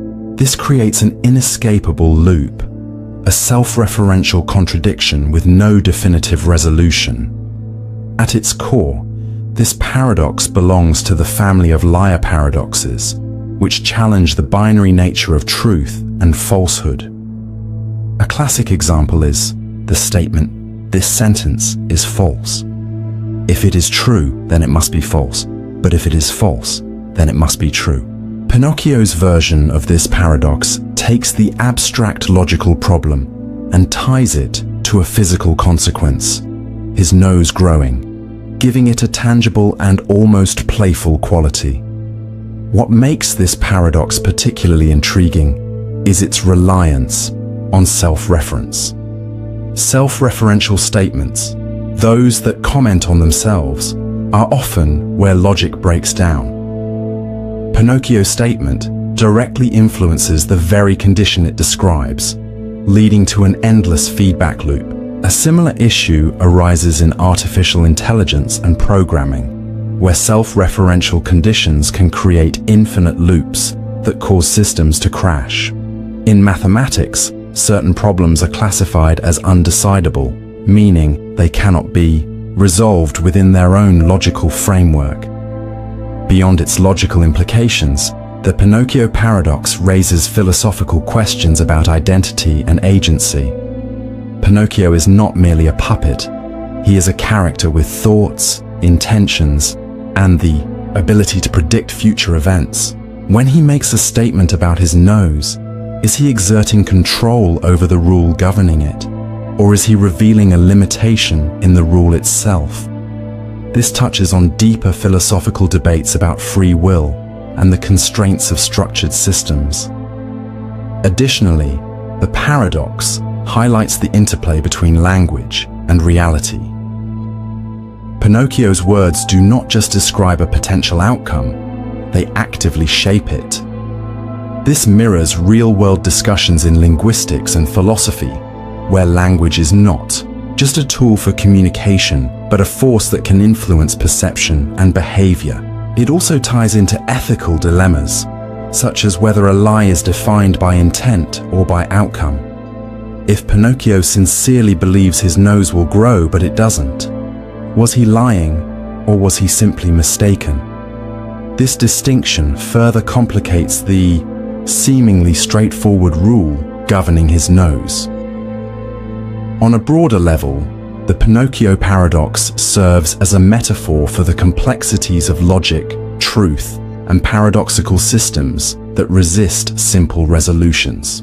From quantum mechanics to artificial intelligence, many fields encounter situations where rigid rules lead to unexpected contradictions. The paradox's appeal lies not in solving it, but in contemplating the questions it raises. Questions that stretch our understanding of logic and challenge our assumptions about reality. Ultimately, the paradox reminds us that truth is not always as simple as it seems. Some problems cannot be resolved through straightforward reasoning, and some questions serve more to expand our thinking than to provide definitive answers. Pinocchio's story may be a fairy tale, but the paradox it inspires continues to captivate and challenge minds across disciplines, offering a timeless puzzle that defies easy explanation. The traveler's paradox is one of those intriguing ideas that captivates the imagination while challenging our understanding of time, reality, and logic. At its core, it presents a contradiction. How can someone alter the past if their actions in the past directly influence their ability to travel there in the first place? This paradox, often referred to as the grandfather paradox, has been extensively explored in science fiction, philosophy, and even physics. It raises fundamental questions about the nature of time and whether the past is something that can ever truly be changed. To grasp the essence of the traveler's paradox, Imagine someone invents a time machine and journeys into the past. Suppose they travel to the early 20th century and make a critical decision to prevent the very invention of the time machine. If they succeed, they erase the possibility of time travel ever occurring, which means the machine they used to travel back in time would never have existed. But if the time machine was never created, how could they have traveled to the past in the first place? And if they never traveled to the past, how could they have prevented the machine's invention? This results in an endless logical loop that seems impossible to resolve. The paradox forces us to rethink the concept of cause and effect, which in our everyday experience follows a linear order. Causes always precede their effects. A glass falls and then shatters. It does not shatter first and then fall. This progression feels natural because it aligns with how we experience time. However, the Traveler's Paradox suggests a scenario where cause and effect interfere with each other, creating a self-contradictory loop. It also raises the question of whether time is fixed or malleable. If time is rigid, then the past, present, and future are predetermined, and no matter what actions a time traveler takes, they cannot truly change what has already happened. Under this view, the paradox is avoided because the traveler's actions would always align with the established timeline. Their presence in the past might be significant, but it would never fundamentally alter history. Conversely, if time is flexible and the past can be changed, the paradox becomes unavoidable. Any modification to past events could ripple through history and alter the present and future in unpredictable ways. Imagine a traveler preventing a major war. Upon returning to their own time, they might find a completely different world, one in which they never had a reason to travel back in time to stop the war in the first place. The moment they change history, they remove the very motivation that led to their journey, creating a self-defeating loop. Some theories attempt to resolve the paradox by proposing that changes to the past create alternate timelines or parallel universes. In this interpretation, any alteration splits the timeline in two, one where history follows its original course, and another where the traveler's actions have reshaped events. For example, if the traveler prevents the time machine's invention, they may return to a reality where time travel was never discovered, but the original timeline in which they embarked on their journey still exists separately. This model eliminates contradictions by allowing both realities to coexist. Another possible resolution is the principle of self-consistency, which suggests that even if one travels back in time, their actions must align with the events that have already occurred. Under this view, any attempt to alter history is doomed to fail in a way that ensures the timeline remains intact. For instance, if a traveler tries to warn a scientist about a disaster, their warning might be the very reason the scientist takes precautions, inadvertently setting events in motion exactly as history recorded them. This creates a self-contained loop where the past cannot be changed but can include the traveler's influence as part of its structure. The Traveler's Paradox is not just a theoretical puzzle. It has profound implications for our understanding of time itself. In physics, the laws of nature do not explicitly prohibit time travel. Einstein's theory of relativity allows for the possibility of closed time-like curves, paths in space-time that loop back on themselves. While this does not confirm that time travel is feasible, it suggests that the universe may not fundamentally forbid it. However, even if time travel is possible, the paradox indicates that some natural mechanism might prevent logical contradictions. This idea has led to speculation about a hypothetical principle known as chronological protection, which would either prevent time travel entirely or impose constraints to ensure the consistency of the timeline. In popular culture, The traveler's paradox has been explored in countless ways, often serving as a central narrative device that creates dramatic tension. From classic films like Back to the Future to more intricate stories such as Interstellar, the paradox provides a compelling framework for exploring ideas about destiny, free will, and the nature of reality. Yet, while the paradox is deeply thought-provoking, it is also rooted in our current understanding of time and causality. If our perception of time evolves, the paradox itself may dissolve. Some theories suggest that time is not a linear sequence, but rather an interconnected web where past, present, and future all influence one another simultaneously. In such a framework, altering the past may not be possible because time does not function as a one-directional flow. Instead, every moment could exist in relation to all others in ways we do not yet fully understand. The traveler's paradox compels us to question the limits of our intuition and the very nature of reality.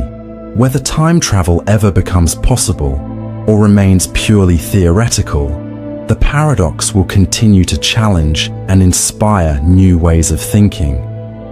Ultimately, solving the paradox may not be as important. The consequence paradox is a profound concept that challenges our understanding of causality and time. It revolves around the idea that certain events or actions can lead to outcomes that seemingly contradict their origins. This paradox becomes especially intriguing when applied to time travel, decision-making, and the fundamental nature of the universe. At its core, it forces us to ask whether the future can influence the past, or if an effect can exist without a clear cause.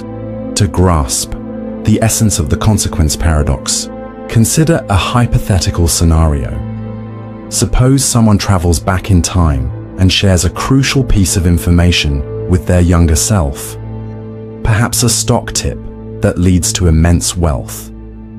The dilemma emerges when we ask, where did this information originate?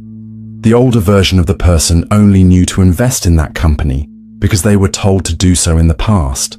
This creates a loop where the knowledge exists without an identifiable point of origin. Can something exist if it was never truly created? This idea extends beyond time travel and into our fundamental understanding of cause and effect. Typically, we assume that every effect must stem from a preceding cause. If a stone is thrown into a pond, the ripples follow because of the impact. But what if the ripples appeared before the stone was thrown? What if an event occurred without an initiating cause? The consequence paradox forces us to grapple with such possibilities.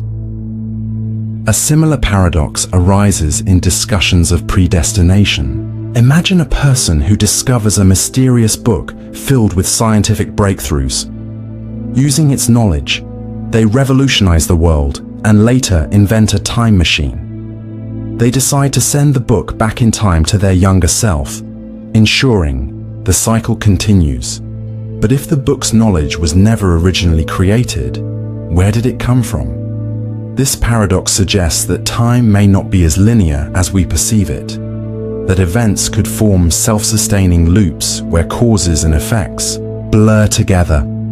In science and philosophy, feedback loops help illustrate this concept. In systems theory, a feedback loop occurs when, on a broader scale, the consequence paradox invites us to reconsider the very fabric of reality.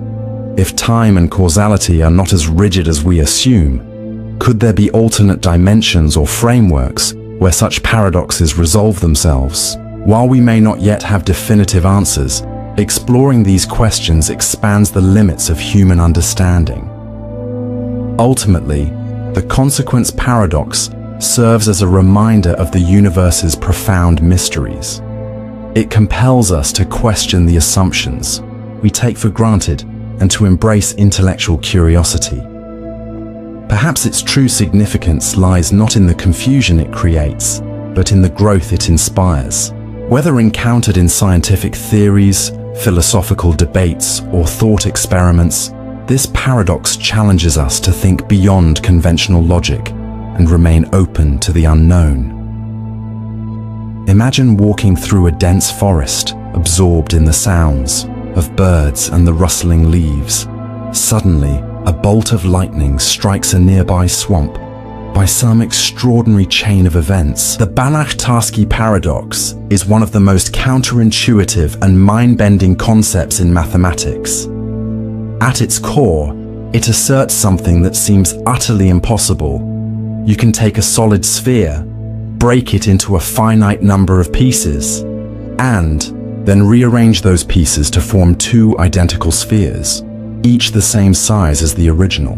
This idea doesn't just challenge common sense, it completely defies our everyday understanding of geometry, matter, and logic. Yet, despite its strangeness, it is a rigorously proven result rooted in the principles of set theory and mathematical abstraction. To grasp the Banach-Tarski paradox, it is essential to recognize that it does not apply to physical objects like a real ball you can hold. Instead, it exists entirely within the realm of mathematics, where space and division obey different rules than those of the physical world.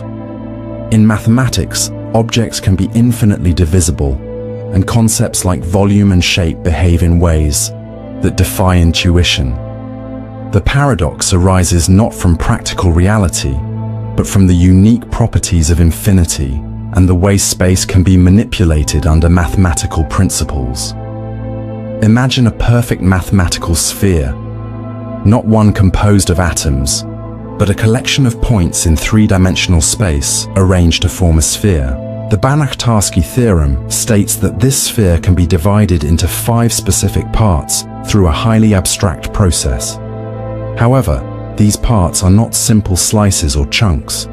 Rather, they are intricately scattered sets of points so complex that they are impossible to visualize. Each piece is described as non-measurable, meaning it lacks a well-defined volume in the conventional sense. Once the sphere is split into these non-measurable pieces, something remarkable occurs. By applying rigid motions, rotations, and translations, the pieces can be rearranged to form 2 complete spheres, each identical in size to the original. No volume is added or removed, yet somehow, what was once a single sphere becomes 2. This seemingly paradoxical result is not magic, but a consequence of how infinite sets behave under specific mathematical rules. The key to understanding this paradox lies in the mathematical framework that enables it. The Banach-Tarski paradox relies heavily on the axiom of choice, a foundational principle in set theory. This axiom states that given any collection of sets, no matter how abstract or infinite, one can always choose an element from each set, even if there is no explicit rule governing the selection. While essential for many areas of mathematics, the axiom of choice also leads to deeply unintuitive results, such as the Banach-Tarski paradox. By invoking the axiom of choice, mathematicians can construct the non-measurable sets that make the paradox possible. Unlike ordinary geometric shapes, these sets do not obey the usual rules of volume. They are assembled through an infinite number of selections rather than a straightforward, step-by-step process. Consequently, when the sphere is divided into these pieces, its volume is not truly lost. Instead, it is redistributed in a way that defies conventional measurement. To make sense of this, consider how infinity behaves differently from finite quantities. In the real world, if you cut a loaf of bread into pieces and attempt to rearrange them into 2 identical loaves, you will always fall short. But in mathematics, infinity does not behave like finite numbers. Infinite sets can be divided and reassembled in ways that preserve their size, even if the process appears nonsensical. For instance, the set of all positive integers, 1, 2, 3, 4, can be paired 1-to-1 with the set of even integers 2, 4, 6, 8, despite the latter seeming only half as large. This strange property of infinite sets underlies the logic of the Banach-Tarski paradox. Another way to approach the paradox is by considering the nature of the pieces themselves. In everyday life, when we divide an object, each part retains a recognizable structure and measurable size. However, in the Banach-Tarski paradox, the pieces are so fragmented and scattered across space that they no longer have these properties. The points that originally formed a sphere are redistributed in such a way that traditional notions of volume cease to apply. These pieces exist mathematically, but they have no physical counterpart. This is why the Banach-Tarski paradox is purely a mathematical result. It cannot be replicated in the physical world. Real objects are composed of atoms, which are discrete and indivisible beyond a certain point. You cannot divide an atom into an infinite number of points, or manipulate matter with the precision required to create non-measurable sets. Furthermore, real-world physics imposes constraints, such as the conservation of mass and energy, that prevent such a transformation from occurring.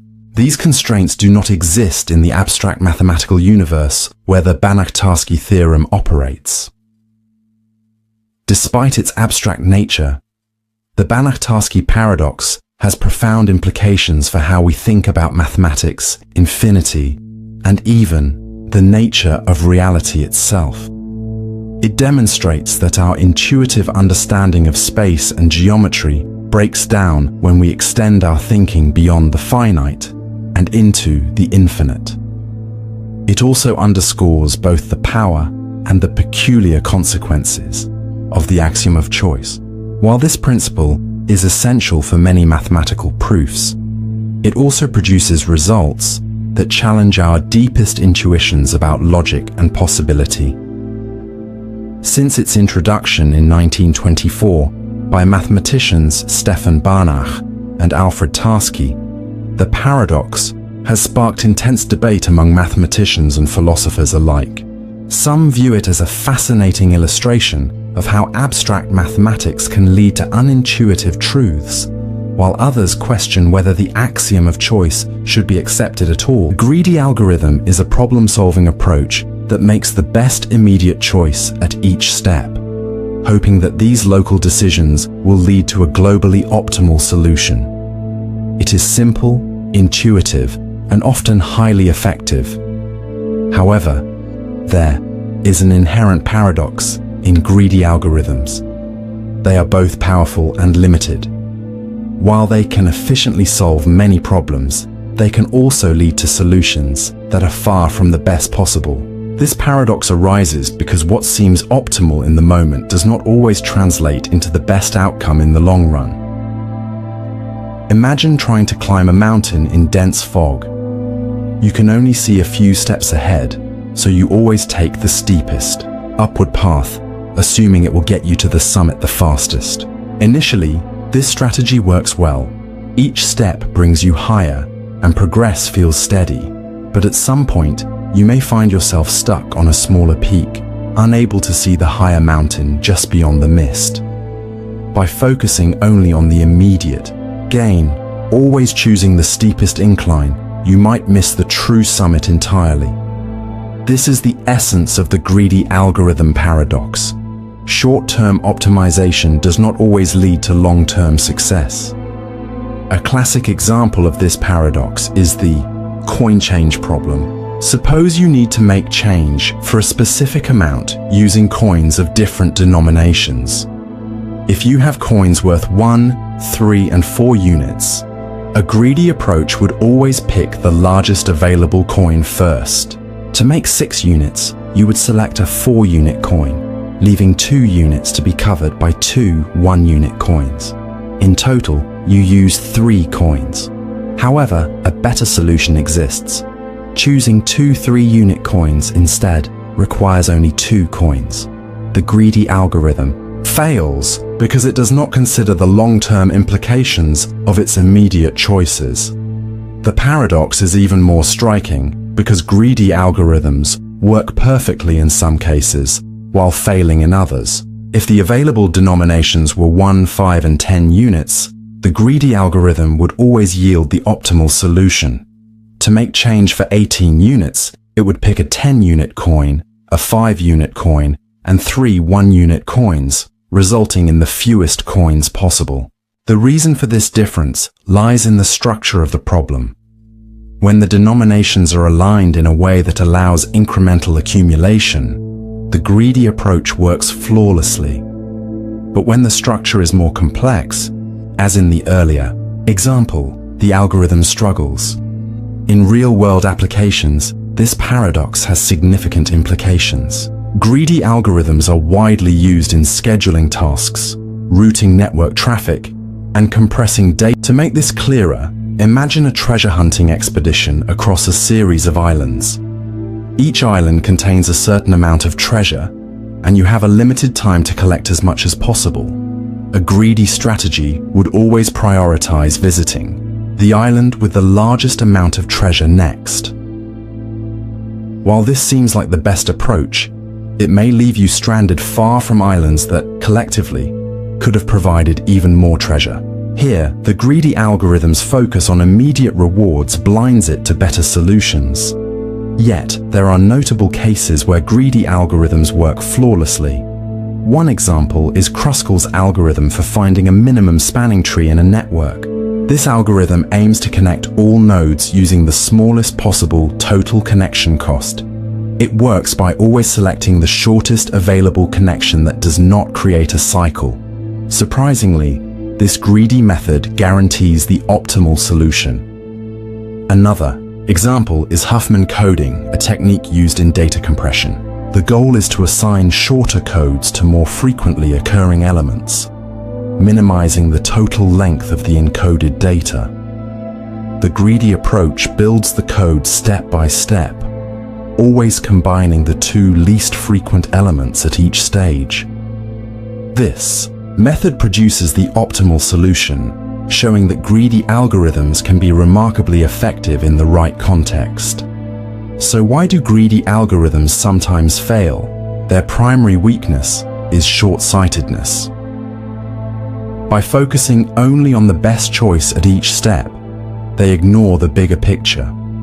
This limitation is acceptable when the problem's structure ensures that local decisions lead to global optimization, as in Kruskal's algorithm. But in problems like the traveling salesman or the coin change example, the lack of foresight results in suboptimal outcomes.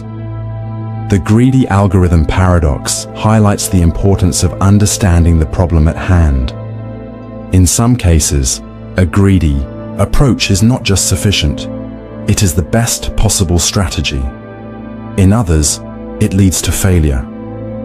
Recognizing the difference is crucial. When the stakes are high, relying solely on a greedy algorithm can be risky. Alternative strategies, such as dynamic programming or backtracking, take a more comprehensive view of the problem and often lead to better results. Beyond computer science, this paradox offers a broader lesson about decision-making in life. Just as an algorithm that prioritizes immediate rewards can result in poor long-term outcomes, so too can short-term thinking in everyday decisions. Whether managing resources, planning a project, or navigating personal challenges, it is worth asking, am I making the best choice for the moment, or the best choice overall? Greedy algorithms provide speed and simplicity, but they are not always the best guide. Future Tuesday indifference is a fascinating concept that challenges how we perceive time and make decisions. Imagine being asked to do something unpleasant, cleaning out a cluttered garage, filing your taxes, or delivering bad news. If the task is scheduled for next Tuesday, you might feel indifferent about it today. It seems distant and abstract, a concern for a future version of yourself. Yet, when that Tuesday finally arrives, the indifference vanishes. The task is now immediate, pressing, and unavoidable. This psychological disconnect between how we view future obligations versus their eventual reality reveals a fundamental truth about human nature. Our minds prioritize the present over the future, a tendency known in psychology as temporal discounting. We instinctively value immediate experiences and emotions more than those that lie ahead. When a task is far off, it feels unreal. The discomfort or stress it may cause doesn't register as strongly. This is why we often agree to commitments for a distant date. Meetings, projects, or responsibilities that we would reject outright if they were scheduled for tomorrow. The further away something is, the less urgent or significant it seems. This mental bias also explains why we procrastinate. Consider a project with a 6-month deadline. At first, there's little urgency to begin, but as the deadline looms closer, the weight of the task grows heavier. That early indifference fades, replaced by stress and a scramble to catch up.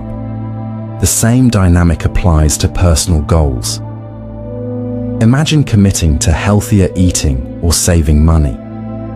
When the decision is hypothetical, it seems easy. Skipping dessert or setting aside money each month sounds reasonable. But when temptation is immediate, a rich chocolate cake in front of you or a flash sale online, the future benefit feels distant, while the present sacrifice feels real and difficult.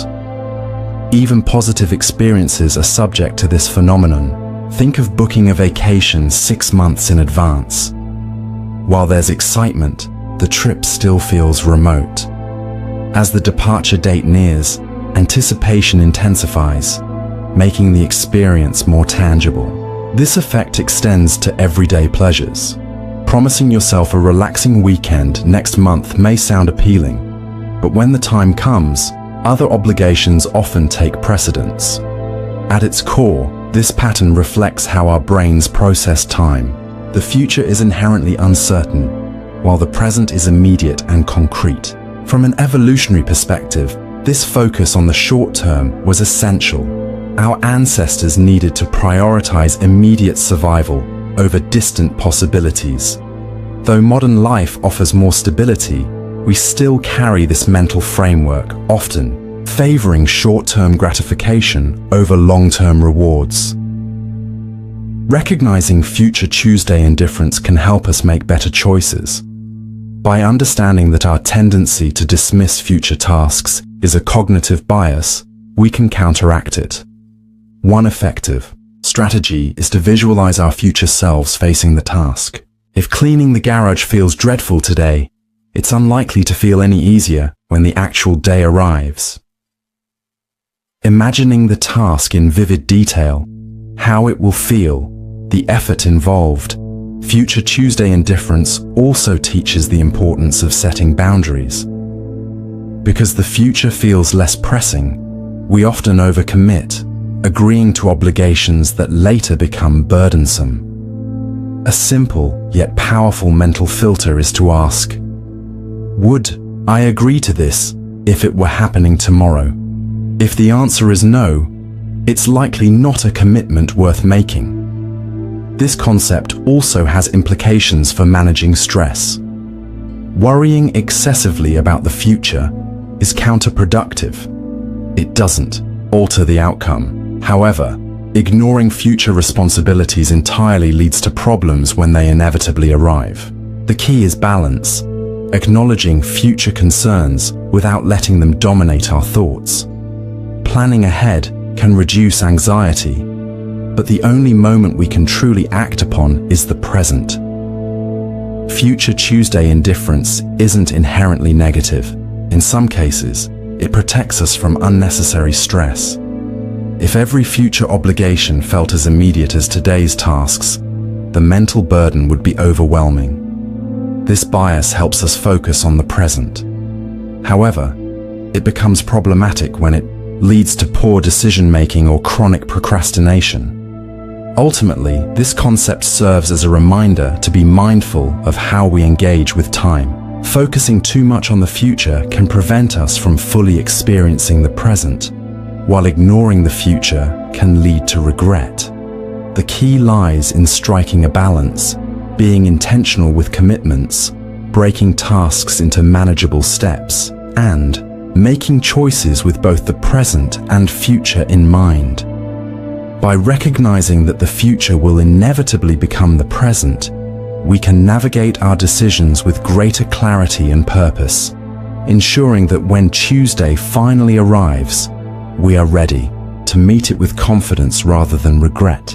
The Sleeping Beauty Paradox is a thought experiment that challenges our understanding of probability and belief, forcing us to reconsider how information shapes our perspective when key details are hidden. Though simple to describe, its implications reach deep into logic, reasoning, and our approach to uncertainty. The scenario involves Sleeping Beauty, who agrees to take part in an unusual experiment.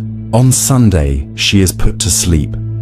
A fair coin is then flipped to determine what happens next. If the coin lands on heads, she is woken up once on Monday and then put back to sleep until the experiment ends. If it lands on tails, she is woken up on Monday, put back to sleep, and woken up again on Tuesday before the experiment concludes. Crucially, after each awakening, her memory is erased, so she never knows whether it is Monday or Tuesday when she wakes up. At each awakening, she is asked, "What is the probability that the coin landed on heads?" This is where the paradox emerges. Intuitively, the coin flip is a fair 50-50 event, but because her memory resets, she cannot distinguish between different awakenings. This uncertainty complicates probability calculations, leading to two competing interpretations: the halfer and thirder positions. The halfer position argues that the probability remains 50%. The fairness of the coin does not change, and the experiment's structure does not provide new information about the outcome. Since the coin flip was an independent event, Sleeping Beauty should still assign a 50% probability to heads when she wakes up. The thirder position, however, takes a different approach. It considers the number of awakenings. If the coin lands on heads, she wakes up once. If it lands on tails, she wakes up twice. Since each waking moment is indistinguishable to her, and 2 out of the 3 possible awakenings correspond to tails, the probability of tails is 2-3, making the probability of heads 1-3. To clarify the third argument, imagine the problem split into 3 scenarios. The coin lands on heads, and it is Monday. The coin lands on tails, and it is Monday. The coin lands on tails, and it is Tuesday. When Sleeping Beauty wakes up, she knows she is in one of these 3 situations, but has no way of distinguishing between them. Since 2 out of the 3 cases involve the coin landing on tails, the probability of tails is 2-3. The halfer counterargument insists that this reasoning mistakenly shifts focus from the coin itself to the number of awakenings. They argue that the number of times Sleeping Beauty wakes up does not influence the coin's fairness, and that probability should be assigned based only on the original flip, keeping it at 50%. This debate reveals how probability can be difficult to interpret in cases where information is distorted or limited. Unlike typical probability problems with clear sequences of events, the Sleeping Beauty Paradox introduces memory erasure, complicating how we assess likelihoods. It forces us to consider whether probabilities are objective properties of events or shaped by an observer's available information. One way to relate this paradox to real life is through a lottery analogy. Suppose you have 2 tickets. One enters you into a single drawing, while the other enters you into 2 separate drawings. If you wake up after a drawing but don't know which ticket was used, your odds depend on whether you focus on the fairness of the lottery or the number of times you might have participated. This illustrates how a shift in perspective can change probability assessments. Beyond probability theory, the paradox also raises deeper philosophical questions. Each time Sleeping Beauty wakes up, she experiences a new moment of awareness, but lacks continuity in her memory.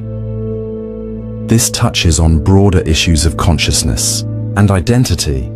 What does it mean to be the same person across time when information is missing? Some argue that the paradox isn't a paradox at all, but simply a matter of correctly framing the question. Halfers and thirders may be answering different versions of the problem. Halfers focus on the probability of the coin flip itself, while thirders focus on the probability of waking up in a particular instance.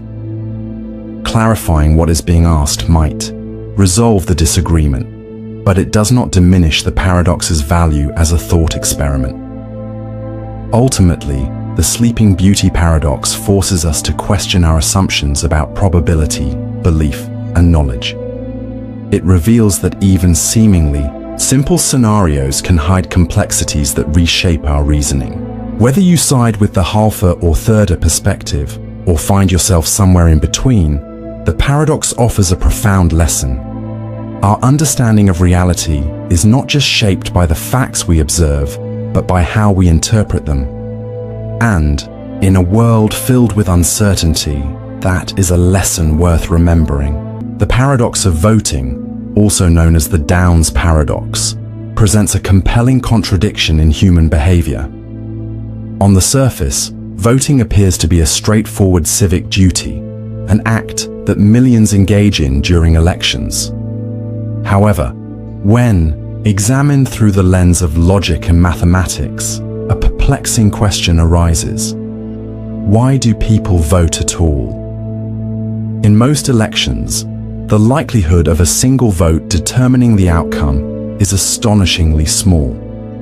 Given the time and effort required to cast a ballot, the personal cost of voting often outweighs the probability of making a tangible impact. Yet despite this, millions of individuals across the world continue to participate in elections. This paradox challenges conventional notions of rational decision-making and prompts deeper inquiries into human motivation, societal values, and the nature of democracy itself. At the core of this paradox is the idea that, from a purely rational perspective, voting appears to be an irrational act. Economists and political scientists often frame the decision to vote in terms of cost-benefit analysis. The costs include the time spent registering, traveling to a polling place, waiting in line, and researching candidates or policies. The benefit, on the other hand, is theoretically the chance of influencing the election's outcome, multiplied by the perceived value of one's preferred candidate winning. The issue arises because, in large-scale elections with millions of voters, the probability of casting the decisive vote is virtually negligible. Statistically speaking, the expected benefit of voting is often lower than the cost, suggesting that a purely rational individual should abstain from voting. And yet, voter participation remains widespread. This disconnect between theory and reality is what makes the paradox so fascinating. If rational self-interest fails to fully explain voter behavior, what else compels people to cast their ballots? One possibility is the concept of civic duty. Many individuals view voting as a moral or social responsibility, an obligation to contribute to the democratic process, regardless of the statistical impact of their individual vote. Unlike cost-benefit calculations, the sense of duty is not dependent on the likelihood of influencing an election's outcome. Instead, it stems from a belief that participation is inherently valuable, reinforcing the collective legitimacy of democratic governance. Social influence also plays a crucial role. In many societies, voting is seen as a mark of responsible citizenship. Individuals may vote not out of a belief that their ballot will be decisive, but because of social expectations. Fear of disapproval or a desire to align with the behavior of peers can be powerful motivators. Political campaigns often leverage this by highlighting high voter turnout rates, reinforcing the idea that voting is the norm. When individuals perceive that others around them are voting, they may feel compelled to do the same, not out of rational calculation, but out of social conformity. Beyond civic duty and social pressure, voting can also be intrinsically rewarding. Many people derive psychological satisfaction from participating in elections, experiencing a sense of agency and engagement in shaping their future.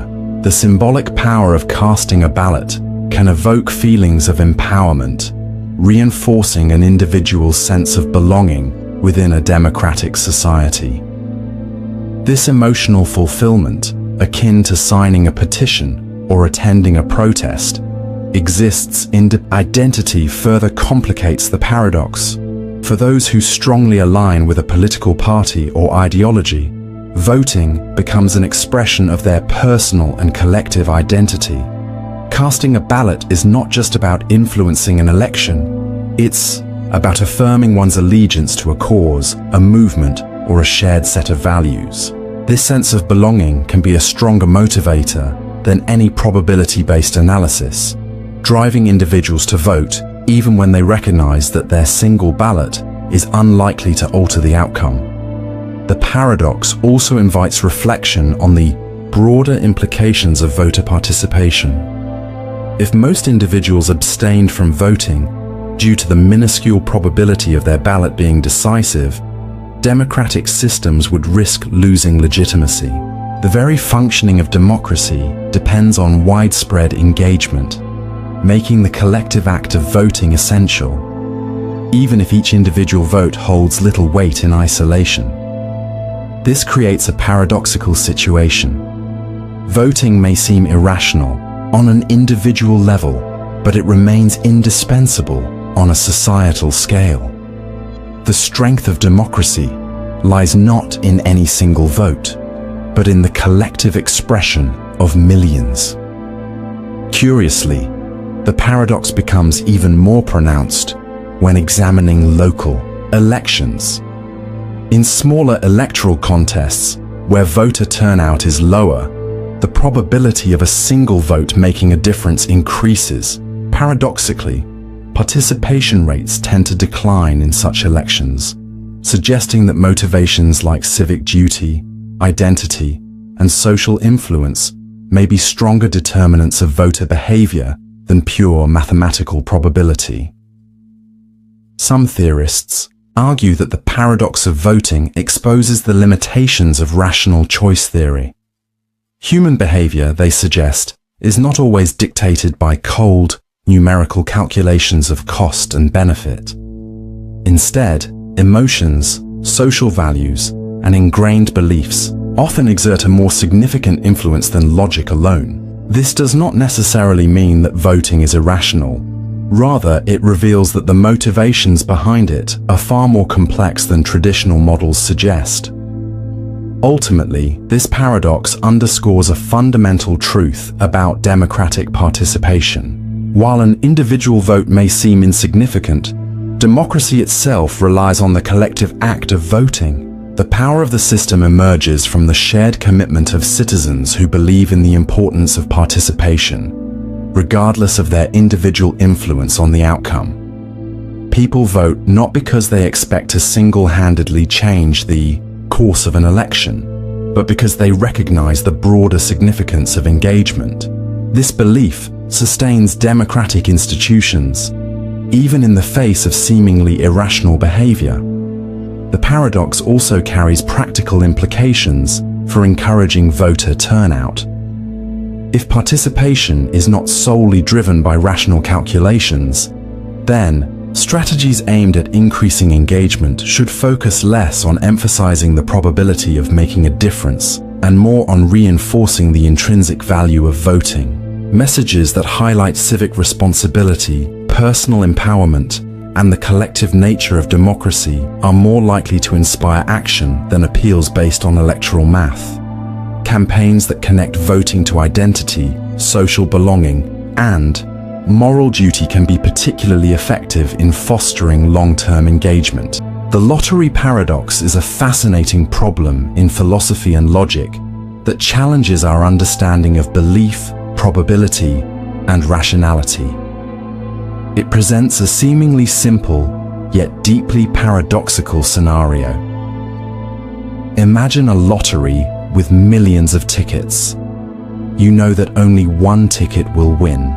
Given the overwhelming odds against any particular ticket, it seems reasonable to believe that each individual ticket will lose. If there are 1,000,000 tickets, each has a 99.99999% chance of losing. Based on this, you might conclude that any ticket you examine is not the winner. However, you also know that one ticket must win. This creates a contradiction in your beliefs.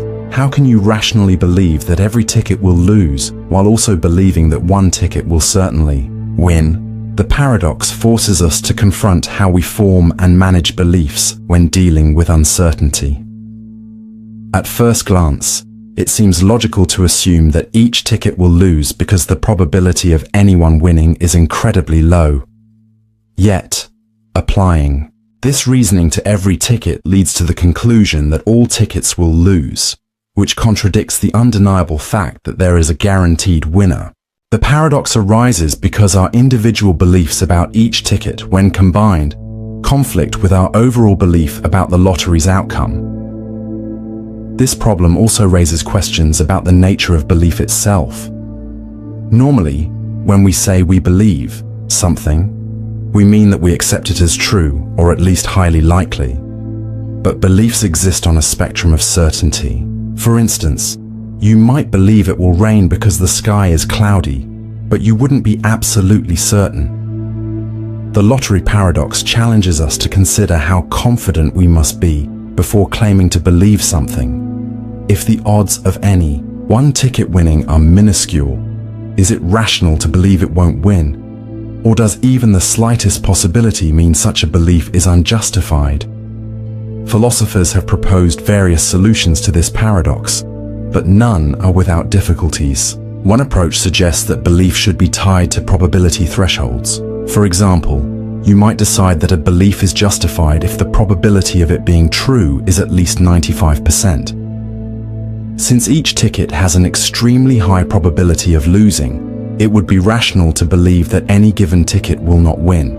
However, this doesn't fully resolve the paradox because while it may be rational to believe that each ticket will lose, believing that all tickets will lose remains irrational, as you still know that one must win. Another perspective involves distinguishing between beliefs about individual events and beliefs about an entire system. You might rationally believe that any particular ticket will lose when considering it in isolation. But when you step back and view the lottery as a whole, you must acknowledge that at least one ticket will win. This suggests that the paradox emerges from applying the same reasoning to both individual tickets and the entire lottery, even though they require different kinds of logic. In other words, what is reasonable for a single ticket does not necessarily apply to the entire set. Beyond logic and probability, the paradox also raises broader philosophical questions about how we handle conflicting beliefs.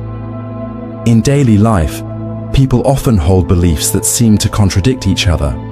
For instance, you may trust a friend but still doubt their ability to fulfill a particular promise. These beliefs do not necessarily cancel each other out, but they do create a kind of internal tension.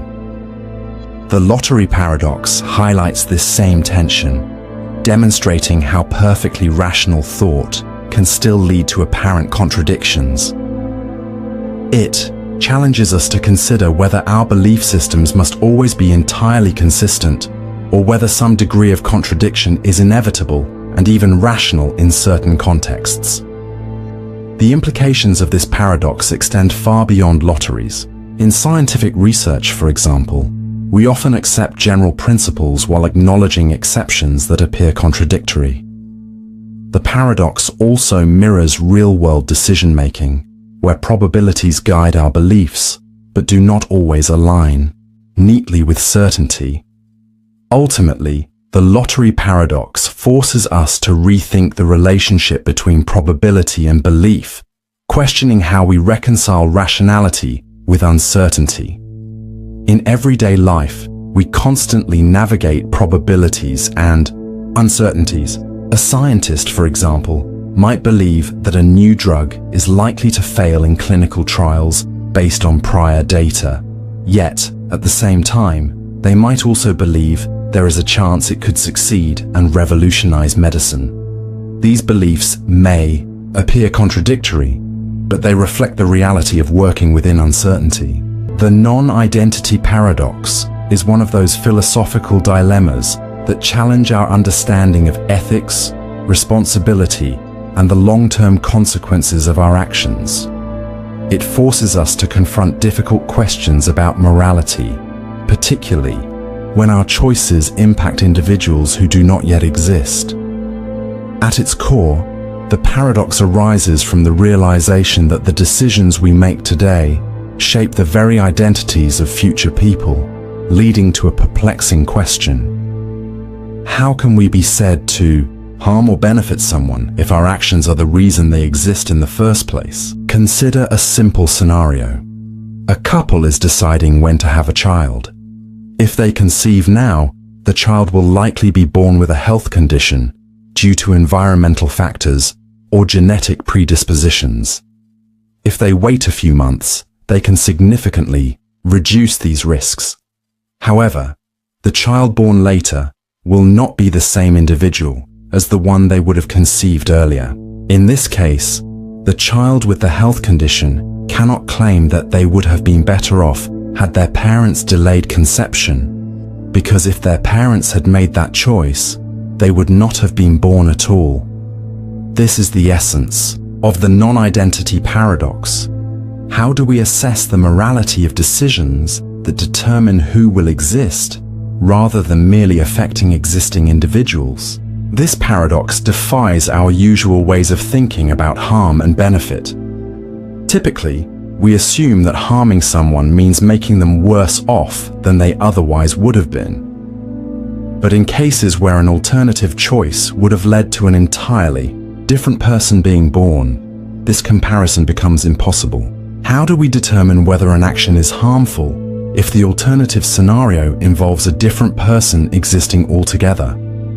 Take another example. A government decides to build a power plant. The plant will provide essential energy for decades, but will also release pollutants that may negatively impact the health of future generations. Those born after the plant is constructed will inherit a world shaped by that decision. But here's the dilemma. If the government had chosen not to build the plant, the exact same individuals who suffer from the pollution would not exist. Different choices would have led to different environmental conditions, which in turn would have led to different people being born. Can those affected by pollution claim they were harmed if the very decision that exposed them to harm was also the reason they came into existence? This paradox becomes even more complex when considering global issues like climate change. Decisions made today regarding fossil fuel consumption, deforestation, and carbon emissions will shape the world for generations to come. Future individuals will be born into conditions created by these choices. But can they argue they have been wronged if they owe their existence to the same conditions that cause their suffering? The non-identity paradox has profound implications for policymaking, ethics, and our understanding of moral responsibility. Governments and societies often justify regulations and policies on the basis of protecting future generations. Yet the paradox challenges this assumption. If our choices shape who will be born, how can we claim to be safeguarding or harming individuals who would not exist otherwise? One approach to resolving this dilemma is shifting our focus away from individual identities and toward overall outcomes. Instead of asking whether a particular person has been harmed, we might ask whether our decisions make the world better or worse overall. For instance, rather than debating whether the child born with a health condition is worse off than a hypothetical child who could have been born later, we might evaluate whether the couple's choice led to a world with less suffering or better overall well-being. However, this shift in perspective raises new challenges. How do we define a better or worse world? Who determines what constitutes progress, and by what criteria? Ethical theories that prioritize collective well-being, such as utilitarianism, might offer a framework for these questions, but they do not eliminate the underlying philosophical tension. Another way of addressing the paradox is through the concept of intergenerational justice. Even if we cannot claim that specific future individuals are harmed by our choices, we may still have a moral obligation to ensure that future generations as a whole inherit a livable and just world. This perspective does not rely on comparing the well-being of hypothetical individuals, but instead emphasizes fairness across time. It acknowledges that while we may not owe anything to any one specific future person, we do have a responsibility to avoid creating unnecessary suffering for those who come after us. At the same time, the non-identity paradox highlights the deep interconnectedness of our choices. Every decision we make sends ripples through time, influencing an infinite chain of events that determine not only the conditions of future societies, but also the very identities of the people who will live in them. This realization can be overwhelming. It forces us to acknowledge the immense responsibility we hold in shaping the future. But the paradox also serves as a lesson in humility. It reveals the limits of our moral frameworks, showing that some ethical questions may not have simple or definitive answers. It challenges our intuitive ideas about harm, benefit, and responsibility, urging us to think beyond black and white, moral judgments. Ultimately, the non-identity paradox is not about solving a puzzle or arriving at a clear-cut answer. It is about engaging with the profound and often unsettling implications of our actions. It reminds us that ethical decision-making is not just about right and wrong in the present, but about navigating the vast, complex web of consequences that stretch far beyond our own lifetimes. By grappling with these difficult questions, we can develop a more thoughtful and intentional approach to how we shape the world, not only for ourselves, but for the generations. Procrastination is a behavior nearly everyone experiences at some point, yet it remains one of the most puzzling aspects of human nature. It is a paradox because people often delay tasks they genuinely want or need to complete, even when they know it will lead to stress or regret later. Why do we postpone things that matter? Why do we choose short-term comfort over long-term benefit, despite knowing the consequences? The procrastination paradox lies in this gap between intention and action. It is not simply about laziness or a lack of discipline. Rather, it is a deeper struggle with time, priorities, and emotional responses. Imagine someone sitting down to work on an important project. The deadline is approaching, and they understand that the task requires immediate attention. Yet instead of beginning, they find themselves scrolling through their phone, organizing their desk, or engaging in other seemingly trivial activities. They justify these distractions as minor preparations, but in reality, they are avoiding the real work. This avoidance creates a cycle. The more they delay, the more the task looms over them, generating anxiety. That anxiety, in turn, makes it even harder to begin, leading to further procrastination. This self-reinforcing loop traps people, leaving them frustrated and wondering why they cannot break free. Understanding how the brain works helps explain the procrastination paradox. The brain prioritizes short-term rewards over long-term goals. When faced with a task that feels challenging or overwhelming, it instinctively seeks relief from that discomfort. Distractions, watching videos, chatting with friends, or even doing other less urgent tasks offer a quick dopamine boost, providing temporary relief. However, this short-term comfort often results in long-term stress as deadlines approach and unfinished tasks pile up. Another key factor in procrastination is how people perceive time. When a deadline feels distant, the brain underestimates its urgency. Tasks seem manageable in the future, making it easy to delay them. But as the deadline nears, time suddenly feels compressed, and the task that once seemed simple now appears overwhelming. This shift in perception often triggers a frantic rush to complete the work, leading to stress and, in many cases, lower quality results. For some, procrastination stems from a fear of failure. The idea of starting a task can bring up doubts. What if the work is not good enough? What if others judge it harshly? To avoid these uncomfortable thoughts, they delay beginning altogether. Ironically, this delay increases the likelihood of failure by reducing the time available to complete the task properly. This fear-based procrastination can feel paralyzing and often leads to guilt and frustration. Others procrastinate due to perfectionism.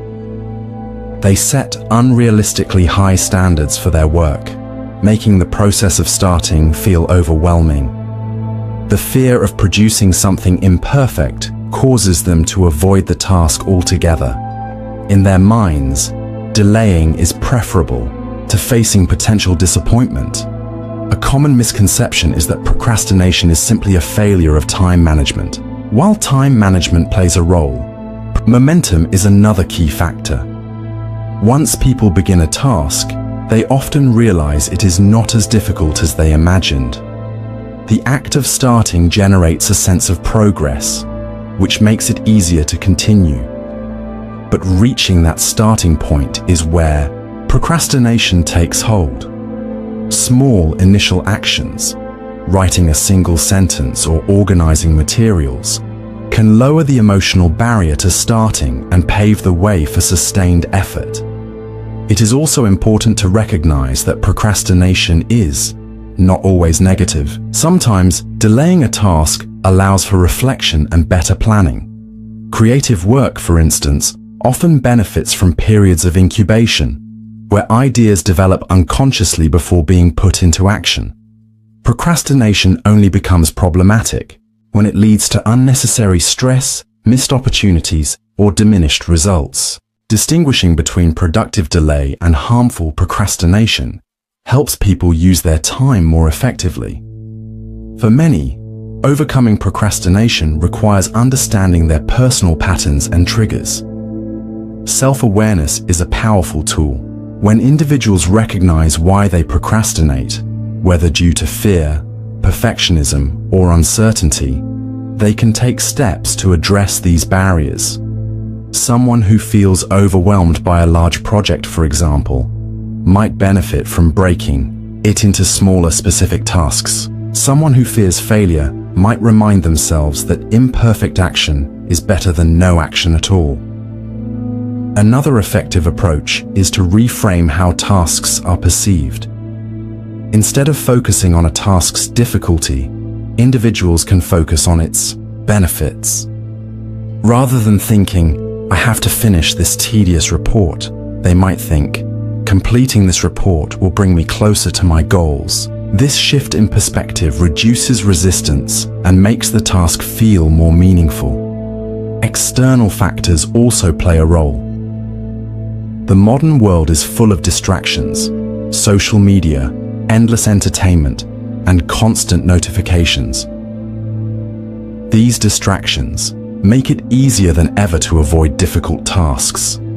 Creating an environment that minimizes distractions can significantly improve focus. Simple strategies like turning off notifications, setting designated work times, or using productivity tools to block distracting websites can help cultivate a focus-friendly space.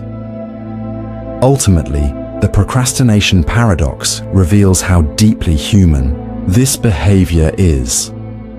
It is not about weakness or failure.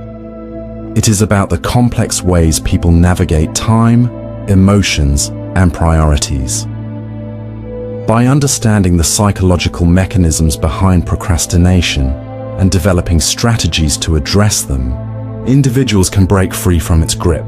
They can transition from a cycle of delay and regret. The prediction paradox is one of those perplexing ideas that forces us to reconsider our understanding of cause and effect. At first glance, it seems straightforward, yet the more we analyze it, the more entangled it becomes. At its core, the paradox raises a fundamental question. Can the future truly be predicted? And if so, does the act of making a prediction alter the course of events? The very notion of foreseeing the future implies the potential to change it. But if we do, was the prediction ever valid to begin with? Consider a simple scenario. A fortune teller predicts that tomorrow you will take a specific route home and, along the way, run into an old friend you haven't seen in years. Intrigued by the prediction, you decide to follow that path and, sure enough, you meet your friend just as foretold. At first, it appears that the prediction was accurate, but was it truly? Had you never heard the prediction, would you have taken the same route? Was the very act of hearing the prophecy what influenced your decision, thereby making it come true? Now, take this further.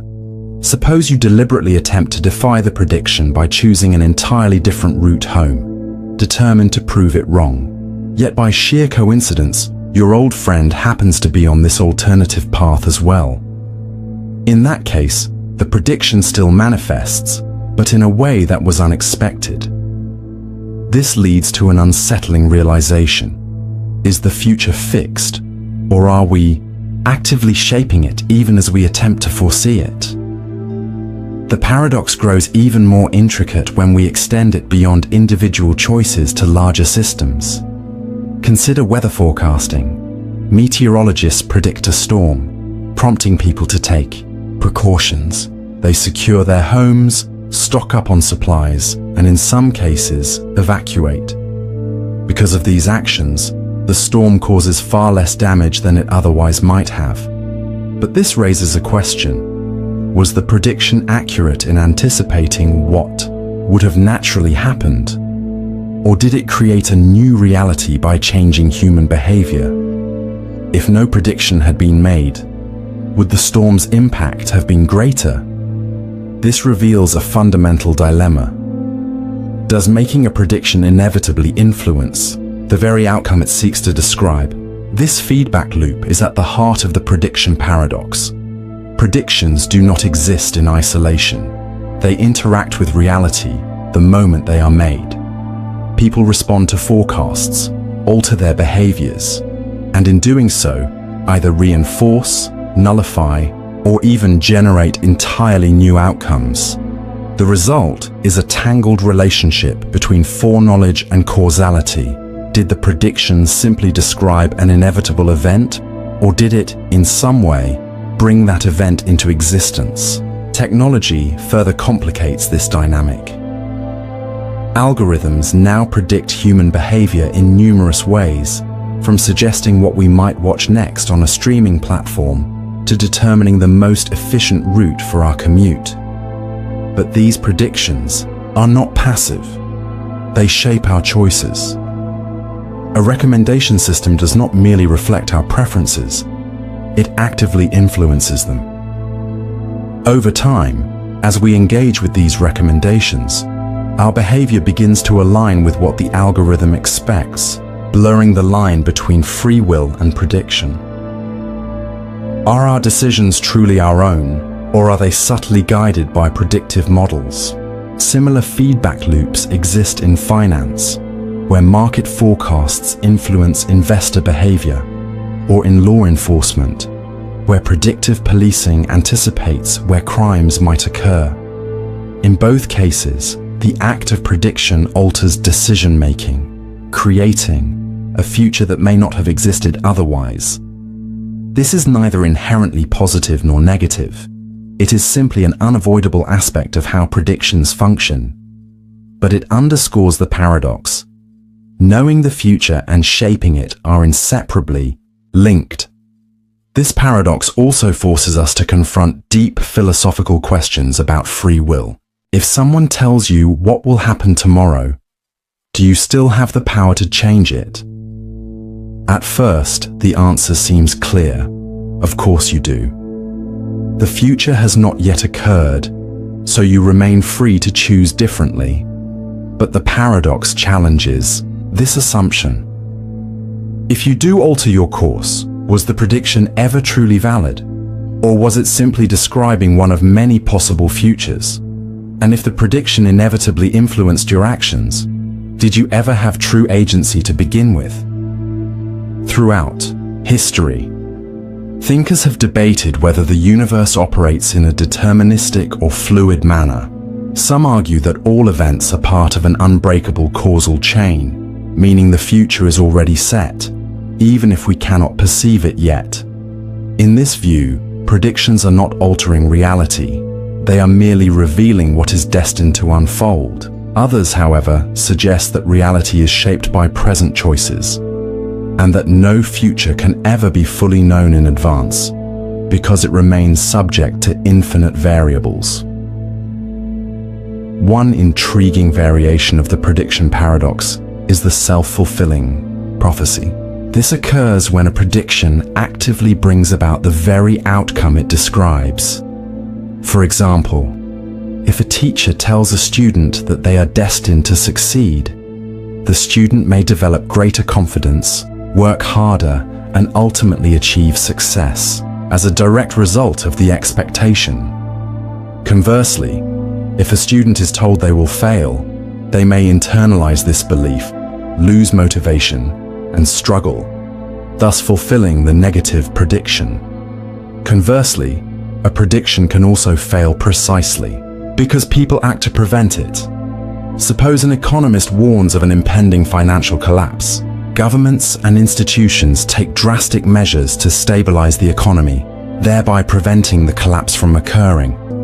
The Abilene Paradox describes a situation in which a group collectively agrees on a course of action that none of its members truly support or desire. This paradox arises from a breakdown in communication, where individuals go along with a decision based on the false assumption that others are in favor of it. Often, this occurs because people wish to avoid conflict, maintain harmony, or conform to perceived expectations, leading to outcomes that no one genuinely intended or wanted. It is a phenomenon frequently observed in organizations, families, and friendships, demonstrating how assumptions and a lack of honest dialogue can drive collective decisions in unintended directions. To illustrate the Abilene Paradox, imagine a family comfortably spending a hot summer day at home. Someone casually suggests driving to a diner in a nearby town, Abilene, for lunch. Although no one is particularly enthusiastic about the idea, each family member agrees, assuming that everyone else wants to go. They endure a long, uncomfortable drive in the sweltering heat, only to arrive at a diner where the food is mediocre and the experience underwhelming. On the way back, someone admits they never really wanted to go, only to discover that no one else did either. The entire outing happened not because anyone truly desired it, but because each person mistakenly believed they were accommodating the preferences of the group. This is the essence of the Abilene Paradox. People acting against their own wishes, not due to direct opposition, but because of an absence of clear communication. In this case, each family member feared disrupting the group dynamic, disappointing others, or seeming unsupportive. Rather than express their true thoughts, they conformed, resulting in a collective decision that no one genuinely favored. Paradox is particularly common in workplace settings, where employees may hesitate to voice concerns about a proposal. A team might approve an idea, not because they truly support it, but because each member assumes others do. Fear of being perceived as negative, uncooperative, or out of sync leads to silence, allowing flawed decisions to move forward unchecked. Over time, this lack of honest discussion can create frustration, resentment, and even failure, as choices are made based on misinterpretations rather than genuine agreement. One of the main forces driving the Abilene Paradox is the human tendency to avoid conflict. Many people find disagreement uncomfortable, especially in group settings where relationships and reputations are at stake. They may worry that expressing a differing opinion could lead to tension, alienation, or criticism. Ironically, by avoiding open conflict, they create an unspoken form of dissatisfaction that can be even more damaging to relationships and group cohesion. Another key factor is the assumption that others have stronger preferences than we do. In the Abilene example, each family member likely thought, "I don't really want to go, but everyone else seems to, so I'll agree."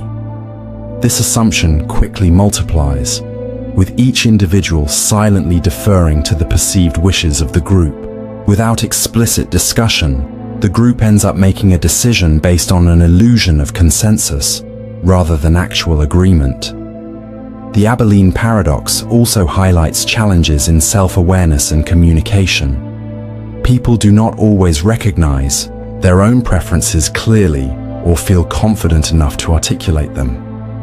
In group settings, uncertainty about one's own stance or the validity of one's perspective can lead to silence. This silence then creates a void that others fill with assumptions, reinforcing the cycle of miscommunication and conformity.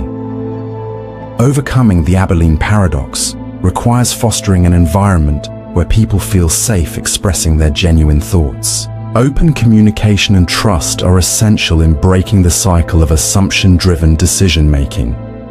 For instance, a leader facilitating a team discussion might explicitly encourage dissenting opinions by saying, "I want to hear if anyone has concerns or sees this differently."